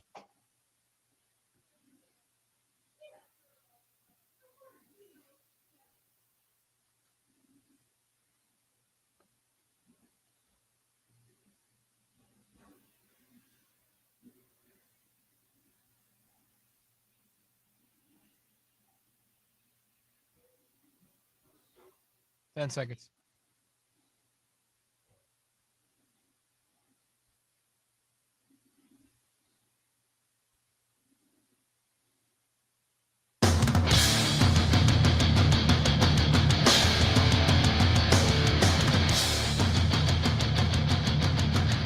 You are listening to Miller and Moulton, exclusively on the Florida Sports Network. And now, here's Mark Miller and David Moulton. It is the bonus hour on this Monday. Thanks so much for being with us. Hope you had a great weekend. Miller and Moulton, the Florida Sports Network, floridasportsnetwork.com. Panthers try to go up 3 spit in their conference final, but the Heat are already there. How about that? A whooping. An old-fashioned whooping. That's what the Heat did to the Celtics last night. Wasn't even as close as the final score of 128 to 102. And everybody's talking about Boston. Awfully coached. No heart. They quit. Stan Van Gundy was saying it in his sleep last night. Whatever hotel room they're staying at in Miami. They quit. Celtics quit. They quit. This just in, the Heat hit another open three-pointer. 57% from the field, for goodness sakes. Man, oh man. No NBA team's been up 3-0 and lost a series. 4 times in hockey, but never in basketball. And I do think Boston quit last night. I do too. I don't think the Heat made them quit. Right. I don't think they had quit before the game. I think the Heat took their heart away last night. They damaged their heart game 2 in Boston, but they absolutely ripped it out of them last night. And I know you're, laughing at me, which goodness knows I give you enough material of which to do that. But earlier in the show, I had said I think Joe Mazzulla handled the postgame entirely wrong. We're just going to stick with the Celtics for one moment. All right. Joe Mazzulla fell on his sword yesterday. First off, I thought it's a horrible look. I thought he might as well have handed in his resignation. First off, just stopping you right there. I went to bed before the game was over last night. There was no need to stay up and watch that. So the first thing I do is get up and start reading articles, and I read one on the Score, and I read one on The Athletic. And The Athletic, the very first thing they have is Mazzulla's quote, the tweet, so I could watch it. And I said the same thing. I just said it out loud to no one. I said, well, you're done. You just ended your career as Celtics head coach there, which you're going to lose your job anyhow, but that's how you lost it. But, see, I understand coaches try to deflect blame off their players. We all get that if we follow sports remotely closely. It's part of a coach's job, actually. But come on now. I didn't have them ready to play. First off, you got to get them ready to play. They're in the Eastern Conference Finals. It's a veteran group. Even with their 2 best players in their mid-20s. It's a veteran group. This group has been together for a while. They were in the NBA Finals last year. They were in the conference finals a couple years before that. You got to get them ready to play? That's crap. If you do have to get them ready to play, then you need new guys. But also, no offense, we're 2 games into this series. How many more adjustments do you think are being made? Seriously. Now, the Celtics could make some adjustments, maybe, like double teaming Jimmy Butler in the fourth quarter might not be a bad idea because this whole single coverage thing hasn't worked. But, come on. What are you going to throw at the Heat and Spo right now? That's just huge. Oh, my goodness. What are they doing? And even if you tried to double Jimmy last night, when you tried to adjust and move players around, you're leaving guys wide open. And what are the Heat doing right now? They're killing it from outside the arc. Yes, they are. Now, I will say offensively, it just seems as if all the Celtics want to do is shoot threes. I do not understand all the players that they have who can put it on the floor and get into the paint, why they just want to shoot threes. Okay. Contested ones too. Not the threes the Heat are shooting. They're shooting contested threes because the Heat are guarding you all over the place. Listen, do I think Mazzulla's doing a good job? Hell no. No, not at all. And neither do the announcers. You never hear announcers criticize coaches. Okay? And I don't mean Shaq and Chuck. I'm talking about like Stan Van Gundy and Reggie Miller. Those guys never, and former coaches never criticize coaches. I mean, you get a Van Gundy to criticize a coach, whew, that's news. And Stan Van Gundy can't hold back in this Heat Celtics series. That's how bad a job Joe Mazzulla's doing. But come on, man. They got a first-team All-NBA player and a second-team All-NBA player. And they combined for 26 points last night.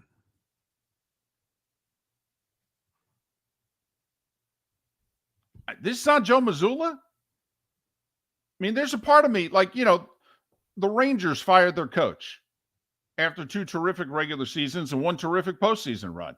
But he and they had a bad playoff series against the Devils, and the coach got fired. And Mark, I said it on the air. To me, unless they're changing the roster, that's a bad signal to send. You're letting the guys off the hook there. They were the better team. They lost. That's on the guys. You can't tell me that they lost that series because of coaching. You can't. I'm sorry. The guys lost that series. It's same with what's going on in the NBA right now. Milwaukee and Phoenix have fired their coaches. Think about it. Think about what is going to happen this offseason. Because Mazzulla's fired. Yeah, he's done. Right. I mean, unless they do something that's never been done before, and that's come back from 3-0 in a playoff series. It's never happened. And quite frankly, maybe if they lose in 6, I think he could keep it. If they actually show a little something here, maybe they decide, you know what, Joe's not the problem. He's 34. He's learning on the job. Rookie head coach. I mean, this goes back to what we were talking about before. Are we sure we're not jumping the gun here? Yeah, but see, 58 games. But Felipe, why did they give the job to him? This was a team that was ready to win the NBA title. I get the whole controversy. The coach slept with somebody he shouldn't have slept with, and this, that, and the other thing. We got to get rid of him. Fine. Then don't make this guy the coach. This team can win the title. That doesn't happen very often. Get an adult then. Hire an interim coach who's sitting home. Hire Mike D'Antoni. Somebody. Don't then now in May go, well, this guy wasn't ready. Well, then why did we waste this whole season? And not just this whole season, the future of the Celtics. Why, you don't think Brown resigns? May not. May not. And not only that, Brad Stevens is going to have to move somebody now. He can't bring this group back together again. What, with a different coach? We're going to blame it all on Joe Mazzulla. By the way, how's that look for Brad Stevens? He's the one who hired him.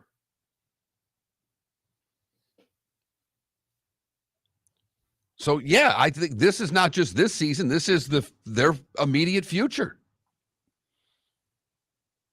You know what I am waiting for? And maybe Spo will do it after he sweeps him on Tuesday. Maybe Spo comes to Mazzulla's defense and says something like, well, listen, I remember when I got the gig back in 08 and 09, and he was of what? Similar age to Mazzulla, right? I mean, what's Spo now? Early 50s? Yes. Yeah. So he got the job at his mid-30s. And does Spo come out and give a defense of Joe Mazzulla? I would if I was Spo. I want to play that guy every year in the postseason. I own his ass. I'm coaching circles around this guy. I sure as hell would want him back. I'd advocate for him to get a long-term deal.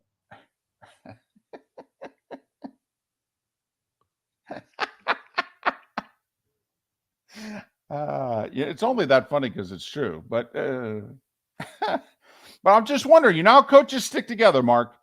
And in the coaching fraternity, they may think Mazzulla might be a little over his head here, but this is ridiculous. He's going to take the whole fall here, not the team Brad Stevens put together, by the way, and coached before that. Okay, not the guys with a first team and a second team All-NBA player on it. We're going to blame this all on Joe Mazzulla.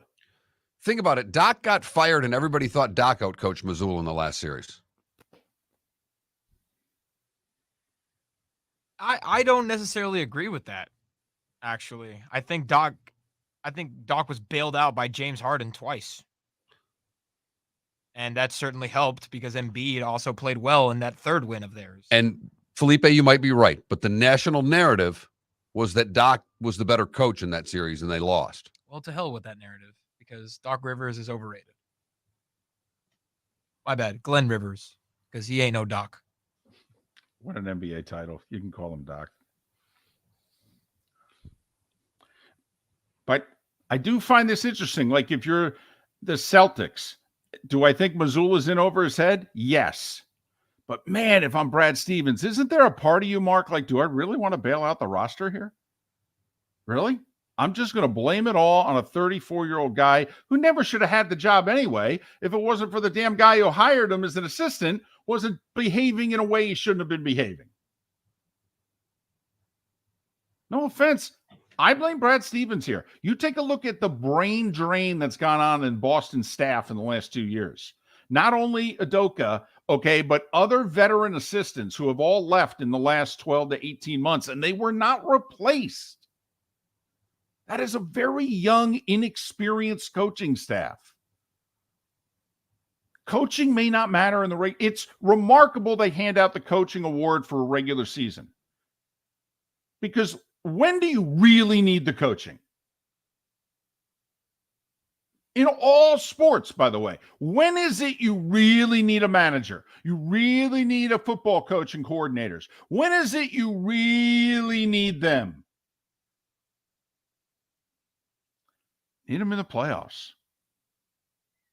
Baseball would be the only season I would challenge you on a little bit, because there are times in which the manager's got to right a ship. But I'm with you. I mean, come on, Mark. You've been in organizations in which there were head coaches there and you think, this guy's fine for the regular season. But we get in a tough series and the X's and O's are pretty similar. You know, we either have an advantage or we got a problem. It was usually a problem. Just thinking out loud. I know. Speaking of which, the Blades are up 2-0 against Newfoundland in their conference finals. Try to go up 3-0 tonight. Could be last home game of the year, unless they keep winning, at which point they'll be hosting finals games in a week or so. So that is true. Get a little Monday night hockey tonight. If you're a sports fan, don't you have to check out the Blades tonight? What the heck, a Monday nighter? Not with the Panthers on. You could watch it from the sports bar there. Miller and Moulton. Talking a little hockey and a little hoop on a Monday, where things are good in Florida, right here on the Florida Sports Network. David Moulton for Napa, Napa Auto Parts, and Napa Filters. Insist on Napa filters for your vehicles, or if you're a do-it-yourselfer, only buy Napa filters. Napa has a filter for almost anything on earth that moves, whether it's motorcycles, foreign and domestic cars, vans, SUVs, earth-moving equipment. You get the idea. Napa Auto Parts, Napa filters. Insist on them for your vehicles, or if you're do-it-yourselfer, only buy Napa filters. Hello, friends and family of Southwest Florida. Are you looking to tap into the electric vehicle market? Well, look no further, because we here at Southwest Florida Golf Carts have just what you need. E-bikes, golf carts, LSVs, scooters, and more. Come down and talk with one of our experienced sales reps, have a soda and a smile, and you could be cruising the streets in your new EV today. Stop by the store or visit our website at flgolfcarts.com and enter for a chance to win $100 off your next purchase by answering John's monthly sports question.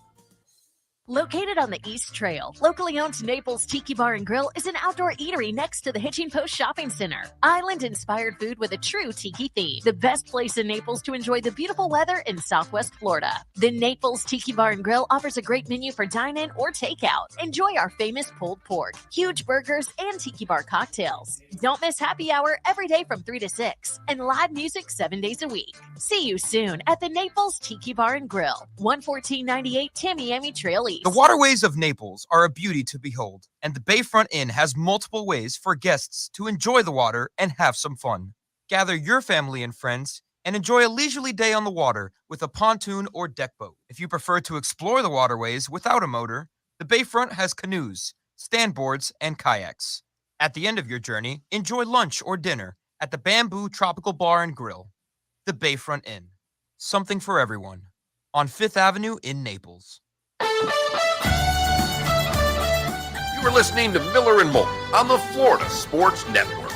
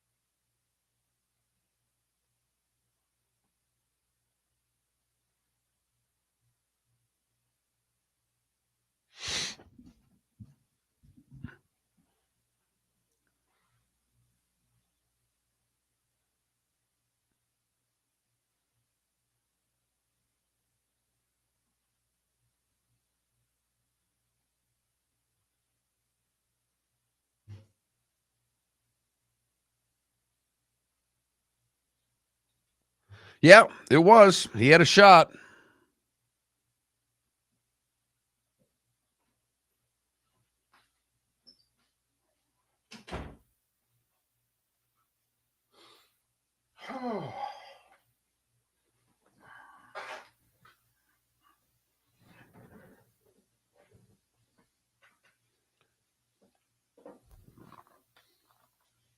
I doubt you watched any Golf Channel last night, did you? I did not. So apparently Chambly, no Koepka, went right to Faxon, and Faxon just undressed Chambly. I just watched Faxon's comments. Really? Go to if you on Twitter, Hank Haney, I follow. He retweeted it. It was Pro Golf Critic. He goes, the PGA of America says they can play. The USGA says they can play. There's no money in the Ryder Cup. They're playing for their country. Right. And just kind of stops and looks at Chambly. It got about one more sentence in there, and Chambly had nothing. Well, yeah, they play for the. I guess you do make a good point there. Really quiet, real. I mean, Faxon is who he is. He's not going to jump out of his chair about anything. But the tweet is, oh my God, Brando Chambly just got body bagged by Brad Faxon on the Golf Channel. I wouldn't call it body bagged, but he did. He did win that one.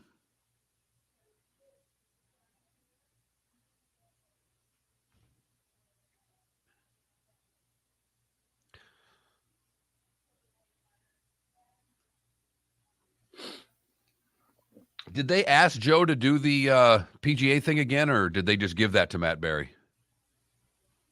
I'll text you. Gotcha. I watched an hour of it because it was on after SportsCenter yesterday before the coverage started. They had Will Arnett on. It was horrible.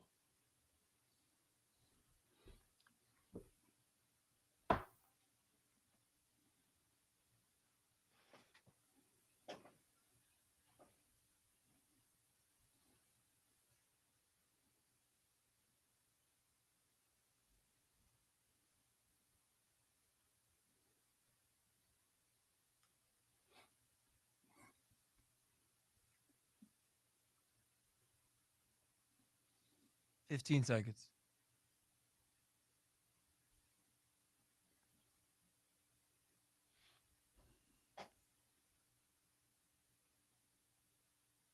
Here we go.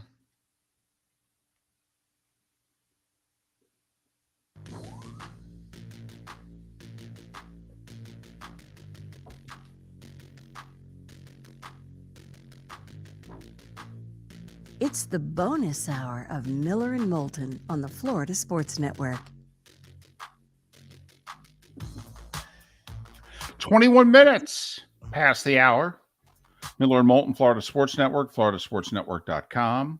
Steve Carney was our only guest today. He joined us at the top of the 8 o'clock hour. If you missed him, talking all things Rays on and off the field. A couple of stories recently about we're going to have an ownership change, going to have a location change, including outside at Tampa St. Pete. Ken Rosenthal with a big story in The Athletic yesterday. So we talked to Steve Carney about that. If you missed it, go to floridasportsnetwork.com and download that and anything else you ever miss. You know, we talk a lot about TV rights deals and how those things go along and how important they are. And obviously, they're really tough to negotiate, including for conference commissioners. Well, for some, they're harder than others.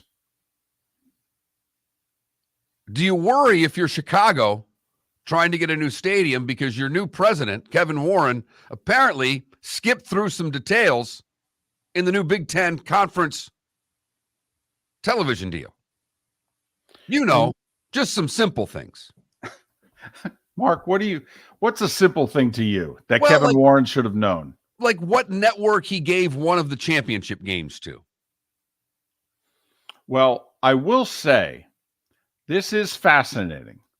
Normally, Mark, a conference owns the rights to its broadcasts, and they sign a deal with a network or networks in which they say, okay, you will now get to broadcast our games.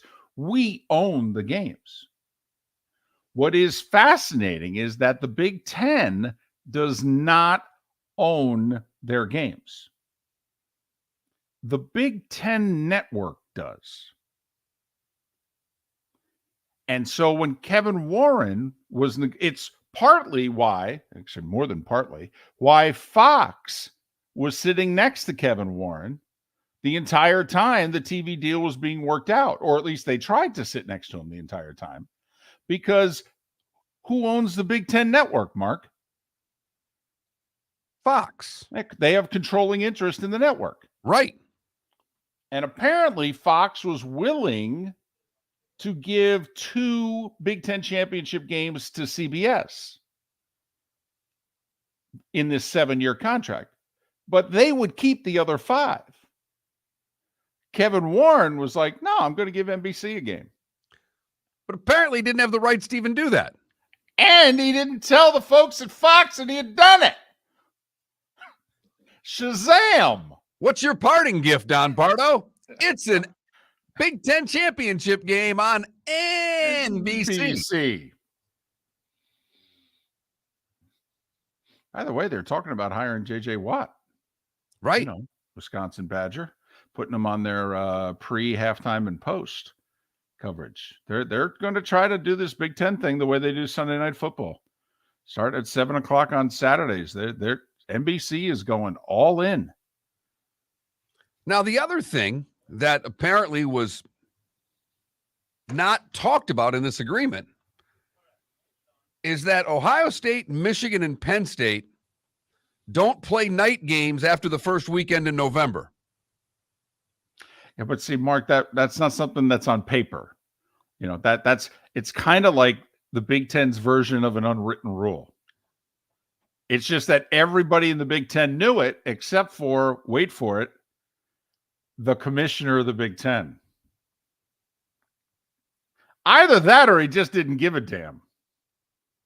And he gave that to NBC also. He's like, yeah, sure, everybody's available to play. Knock yourself out. So this new Big Ten commissioner not only has to integrate USC and UCLA to the conference, which is going to be a big deal. Right. Tony Petitti, by the way, experienced 30-plus years in network television.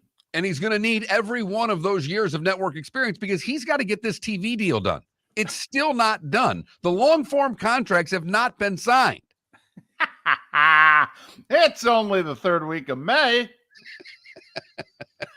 We're playing in about 100 days, you know. We going to get this signed? I hope so. I'm selling advertising. So they'll get through all of this. Right. But you will hear a lot about it over the course of the next few days, I would imagine. Well, quite frankly, here's how they're going to get through it. Tony Petitti's going to, nudge, massage, console as many sides here as he can. But, Mark, there are some things that they are not going to agree on. Like, Fox is bent that NBC got this Big Ten title game. They're like, you didn't have the rights to do that. You owe us money. And the Big Ten is going to have to write Fox a check. To the tune of about $40 million, by the way. Okay, well, divide that by 14 or 16. That means Kevin Warren just cost every school $2.5 to $3 million. Right? It's got to come from somewhere. It's not coming, this isn't like a U.S. budget where it just comes from imaginary places and we just There run are up a deficit. lot of ancillary sports assistant coaches that are getting fired over this, David. Field hockey coaches could get gassed. I mean, they could really do it. This could be a bloodletting. Well, but here's the other part of the equation. Apparently, Ohio State, Michigan, and Penn State are holding pretty damn firm. Not 100%. Apparently, like this year, I think Ohio State's agreed second Saturday in November. They're willing to move November 11th, I think is the date. Don't quote me. Okay. In which they're willing to move their game to be a night game for NBC.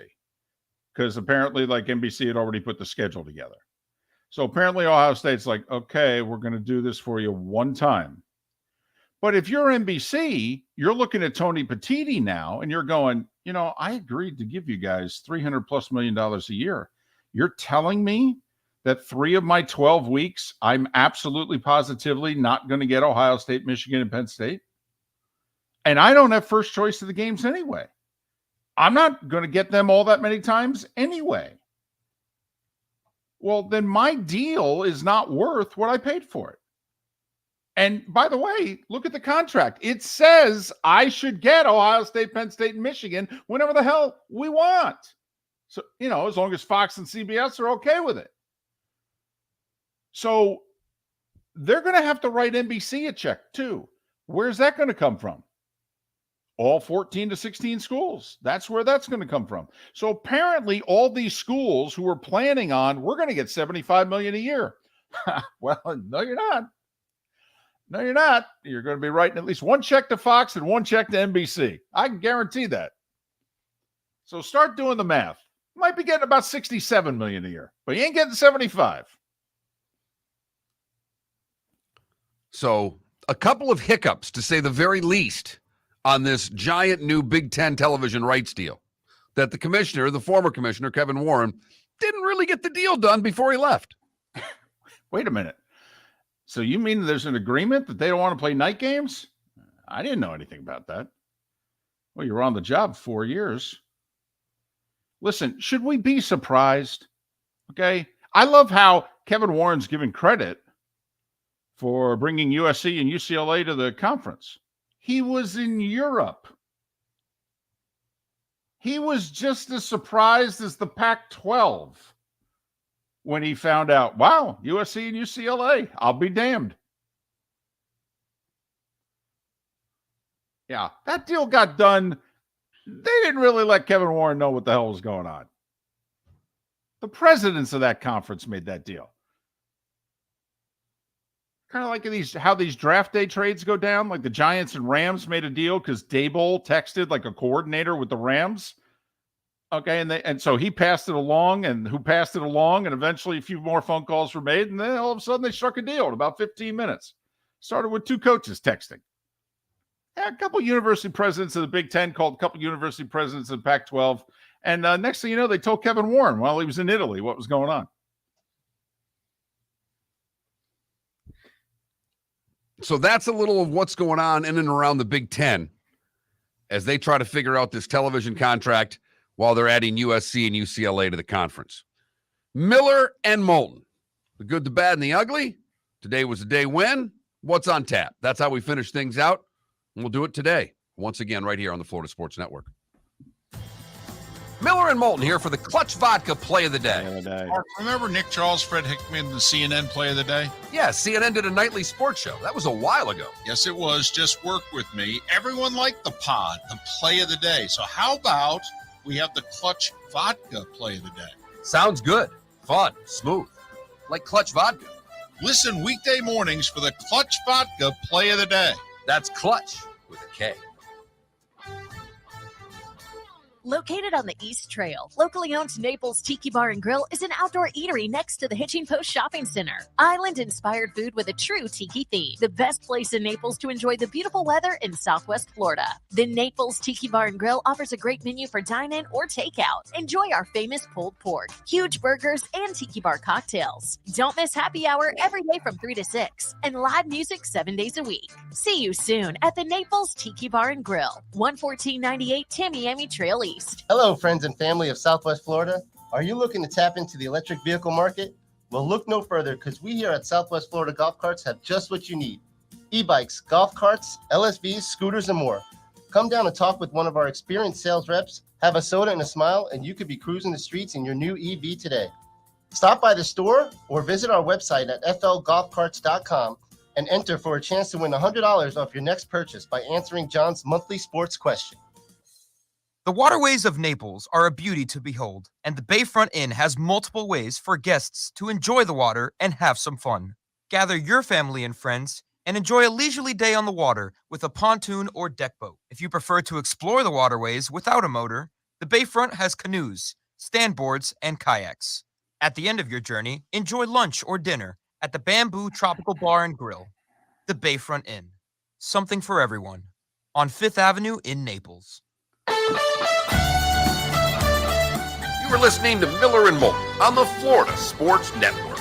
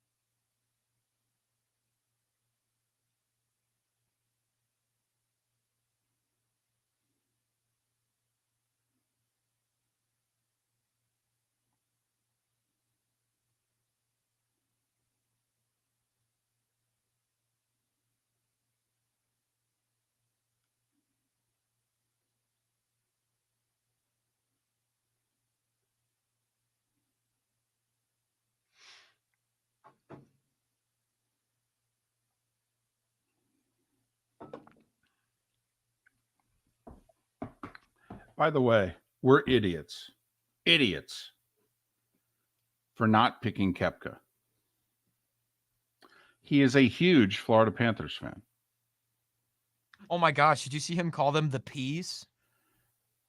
He also got into it with one of their defensemen because somebody got him on film in which he referred to the defenseman as a turn, cut out, a turnstile, something like that.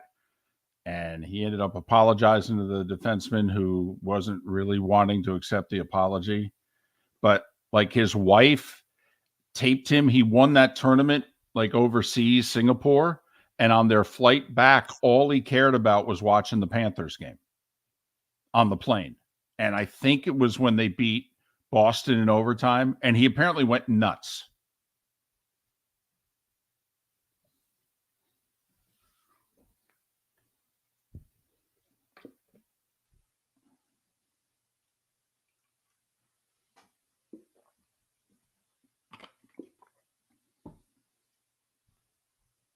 We have to check out. It was a great Preakness, by the way. Was it? I didn't watch. It was. I mean, it wasn't any time, but that National Treasure went wire. It was a photo finish. The Derby horse made a run there on the backstretch and didn't have it. You had 3 horses all within a length of one another. I mean, that's a good horse race. And the horse that died. Oh, and the horse that finished second was the one that Kurt Becker said, "Well, if I got to pick a horse that's not Mage." Right, but the one that won it was the one he said had no chance. Right. National Treasure. Right.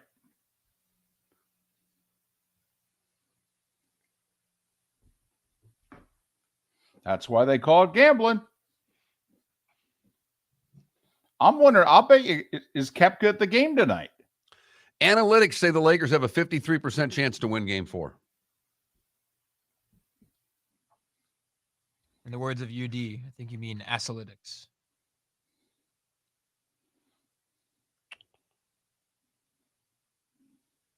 Hey, LeBron, Lakers are a 3-point favorite. LeBron hit a 3-pointer. You guys saw that? No. I thought his toe was on the line. I think he had 3 3-pointers, no? Oh, but early in the game, he hit It doesn't matter. He can't make him in the 4th. Yeah. That's the problem. No. He made them in the 4th. But yeah, you're right. He hasn't been able to make them in the 4th. Correct. But doesn't mean anything, but finally. Yeah, he went 3 for 9 from downtown. God, I can't believe they just wasted a 28-18 game for me. They really blew that game.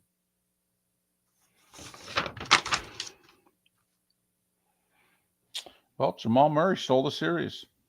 If we were going to have a series, it would have been the Lakers winning game 2, and they would have won game 2 if not for Murray.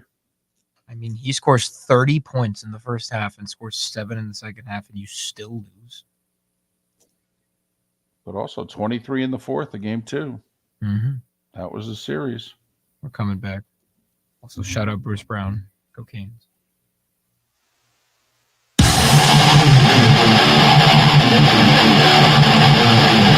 You're listening to Miller and Moulton, exclusively on the Florida Sports Network. 22 minutes till the top of the hour, 16 until we're out of here. Miller and Moulton, Florida Sports Network, floridasportsnetwork.com. David Sampson will join us on the show tomorrow. Look back at game 3 for the Canes and look ahead to the Heat sweeping the Celtics. Hey, you think Miami can be favored in a game in this series? They were a 4.5-point underdog last night. What the heck? It's all right. The Lakers are a 3-point favorite tonight. I know. I mean, they're down 3-0 in this series, right? They are. Mm-hmm. Yep. Listen, I know no coach is going to say this out loud, but the finals start June 1st. They're not moving that date up. That's etched in stone. It's on ABC. The network cleared the time and everything. They got the dates already selected, Thursday, Sunday, then probably Tuesday or Wednesday, whatever. It's all etched out there. This is a made-for-television event. Don't think this is a sporting event. This is made for TV. So the Nuggets can wrap things up tonight. What's today's date again? Today is the 22nd. And the Heat can wrap things up tomorrow. Right. June 1st seems an awfully long time away. We got 31 of these days here in May, don't we? We do. As a matter of fact.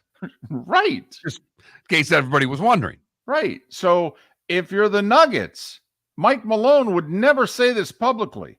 The owner would never say it publicly. But, losing tonight and then playing on Wednesday wouldn't be the worst thing in the world. A, I get another home date. That's a few million. And B, that's 2 less days we have off before the biggest series of our lives. Just saying.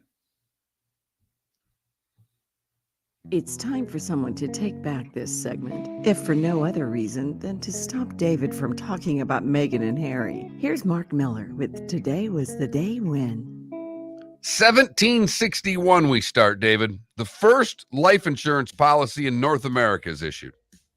Was it term or whole? Whole. 1849, Abraham Lincoln receives a patent. He's the only president ever to do so, for a device to lift boats over shoals and obstructions. 1931, in your insignificant tidbit for the day, canned rattlesnake meat goes on sale for the first time in Florida. Does beg the question, why? It really does. Although I had rattlesnake once. Really? Does it taste like chicken? I don't remember. It was fried. It didn't taste like much. tasted like a hush puppy, basically. I mean, there was not much to it. It was just a fried blob. 1965, Ticket to Ride by the Beatles goes number 1. 1975, the Colonels beat the Pacers in 5 for the ABA championship. That's right. That's Kentucky, right? That's the Kentucky Colonels beat the Indiana Pacers 4-1 for the 8th ABA championship. If I can go Kentucky Colonels on this show, I'm going to do so. I think that was Dan Issel and the boys. Think you're right. 1985, A View to a Kill, the last Bond film to star Roger Moore, is released. Also in 85, Pete Rose passes Hank Aaron as the National League run scoring leader with his 2,108th run. You remember this, David. It was tonight in 86 that Cher calls David Letterman an a-hole on national television. It's the first time he got her on the show. And he said, how come you didn't want to do this show? And it's and instead of her couching it in any way, she just turned and looked right at him and said, because you're an a-hole. Andre Dawson intentionally walked 5 times in a game for a record today in 1990. Carson's final appearance was tonight on The Tonight Show, today in 1992. So when Felipe doesn't understand our Tonight Show references, there's a reason why. Whoa. You said Carson? Yeah. I know Johnny Carson. His last show was just him on the chair. His second to last show was Robin Williams and Bette Midler. He picked them. She sobbed, by the way. She sang. She was supposed to come and sit next to him and do a segment, and she ran off stage. She was sobbing. And Johnny just filled, and nobody knew it. And it was 1 year ago that Justin Thomas won the PGA at Southern Hills in the playoff. Laurence Olivier and T. Boone Pickens would have had birthdays today if they were still kicking. Tommy John, 79. Morrissey from the Smiths is 64. Naomi Campbell is 53. Dre Bly is 46. You remember Apollo Anton Ono, the short track skater? Yeah. It's 41 today. And Novak Djokovic is 36 years old, and that's today was a day when. What did I miss, David? Well, it's going back there a little bit. But today was the day that was the beginning of the end of Jerry Lee Lewis's career. He flew over to the UK, and he was a big deal and was met with great fanfare, and he's going to be the next, I don't know if he's going to be the next Elvis, because Elvis, was a sex symbol and all that, but I mean, he was hot. And he had a young lady with him. And some British reporter said, hey, who are you? And she said, I'm Myra, Jerry's wife. And he goes, oh, well, congratulations. How old are you? And she goes, 15. Yeah, she wasn't 15. She was 13. And she was his first cousin, once removed. And, well, that was a problem. He had this whole tour booked. The tour was like sold out. Everybody canceled their tickets. He did like 3 shows. He was booed off stage. The hotel he was staying in kicked him out. A week later, he's back in the States, and basically his career was over. Goodness gracious. Great balls of fire. I'm Myra. I'm Jerry's wife.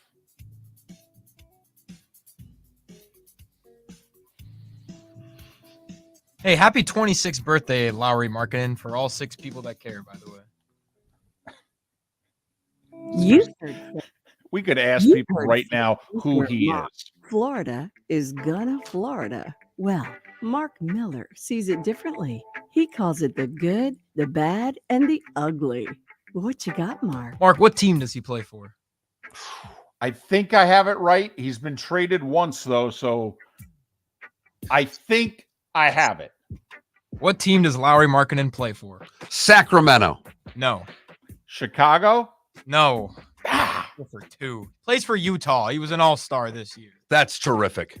No one cares. Tomorrow on Utah Jazz History, we'll break down the 017. Damn. I don't know if they know that in Utah. Didn't he play for Chicago? He did. He was drafted by Okay. Chicago. All right. Bummer. For What do the you got, good- Mark? I don't even know anymore. For the good, we have Joy Ryan. She wanted to see all the national parks, so she did so, and her grandson accompanied her on all 63 parks in 8 years' time, becoming the oldest person ever to see all of our national parks. For the bad, we go to Port Charlotte, where 23-year-old man was behind the Banditos bar in Port Charlotte, where he ran into an alligator and he left the bar without his arm. Ouch. Bingo. Don't mess with the gators. Trappers had to come and get the 10.5-foot gator out. I told you the honeymoon story, right? My honeymoon? No. So it was not the night we got married, because, you know, you stay in the hotel and you travel the next day. And it was our first night married. And we honeymooned at Madeira Beach. And even though we were living, you know, in Fargo at the time. So we're out at a club and they have this 2 great cover bands. And, you know, go to the bar and we're sitting there. And all of a sudden my wife sees a couple of animals out on the deck. And she goes, and one of them was a cat. And she goes out on the deck, and in a cage is an alligator. On the deck, in a cage. And my wife goes, and she's like bending down, like wanting, you know, almost like, here, kitty, kitty, kitty. And she's got her purse with her. And in her purse is every dollar that we made from the wedding. She didn't trust leaving it back in the hotel and locking it up or what have you. So she said, I'll keep it in my purse. Nothing will happen to it. Well, unless she gets bitten by the damn gator, which she's like, you know, almost like trying to feed. So I come running out onto the deck, grab her, pick her up, and carry her back in. She's kicking and screaming. What are you doing? I'm like, we're in Florida. We're not in upstate New York or Fargo anymore. Yeah. 3 years later, we moved to Florida. She's like, man, that was a really dumb thing I did. Yeah. With every dime we had in the world. If Dave would have had the money, he might have left her there. You never know. Exactly. She left it at the table. Hell, I just was sat there and said, well, whatever. Hope she comes back. For the ugly, we go to Berlin, where a German surgeon has been fired after getting the hospital cleaner to assist with an amputation. Hey, Frank, can you help me out here? Now, fortunately, it didn't result in any complications to the patient, but the doctor was fired. The surgeon wrongly decided to go ahead with the routine procedure, even though no qualified assistant was available. What did he or she ask the custodian to do? When the patient, who had received the local, became restless, the doctor asked a nearby cleaner to hold the man's leg and pass surgical instruments according to the local paper. Hold him down? Yes. Seriously? It all came to light because the hospital manager spotted the cleaner with the bloody gauze pans and head operating in the operating theater. Yeah, I think I'd be owning that hospital. Who is that? It's Tony, the trainer. Or the cleaner. Tony, the custodian. Can you hold that leg? I've got to amputate. Oh, wait, what's that he's got with him? Oh, that's his yellow bucket and mop. Hey, you. Scrub in. That is the good, the bad, and the ugly on today, May the 22nd, 2023. Damn. I mean, listen, I'm all for keep on keeping it on, but there are certain times where you really do need to reschedule. That would seem to be one of them. He's only going to be under for a couple more minutes. Hey, right, Fred, can you hold this leg for me? No. He's no, he's dulled. He won't feel a thing. Just hold him down. So 12 games in baseball tonight. Rays are home for Toronto. Jays have been scuffling. Yankees They're in last place now. Well, the Yankees took 3 out of 4 from them, and then Baltimore just went north of the border and swept them. So they went 1-6 last week. So they're in last place. They'd still be leading the Central, but they're in last place in the East. Right. They're 8.5 behind the Rays, but they'd be in first in the Central. Marlins continue their road trip, 8:40 tonight. They're in Colorado. They're a slight favorite. Rays are even money tonight at 6:40. So there. Obviously, we got a hockey game and we got a basketball game. Hockey, Panthers, Game 3, conference finals. Series shifts to Florida. Florida petitioned the league if they could stay on the road. The league said no. They have to return home. I mean, after all, they have won their last, 8 road games? 3 in Boston, 3 in Toronto, and the first 2 in Carolina. They've won their last 8 road games. We know if it goes to overtime, they'll win. That's all we can tell you. Right. What are they, 5-0, 6-0? What are they in overtime now? Unbelievable. So that's at 8 o'clock on TNT.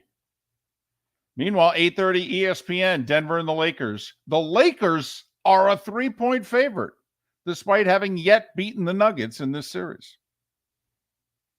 Place your bets accordingly. You like the Lakers or you like the Nuggets tonight? I actually like the Lakers. I do. Don't think the Nuggets are a great road team. And I think they'll take their foot off the gas a little bit tonight. Enough for the Lakers to win.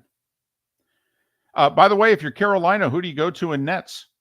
Okay, you went with the backup in Game 2. He played really well. Miller and Moulton. Talk to you tomorrow.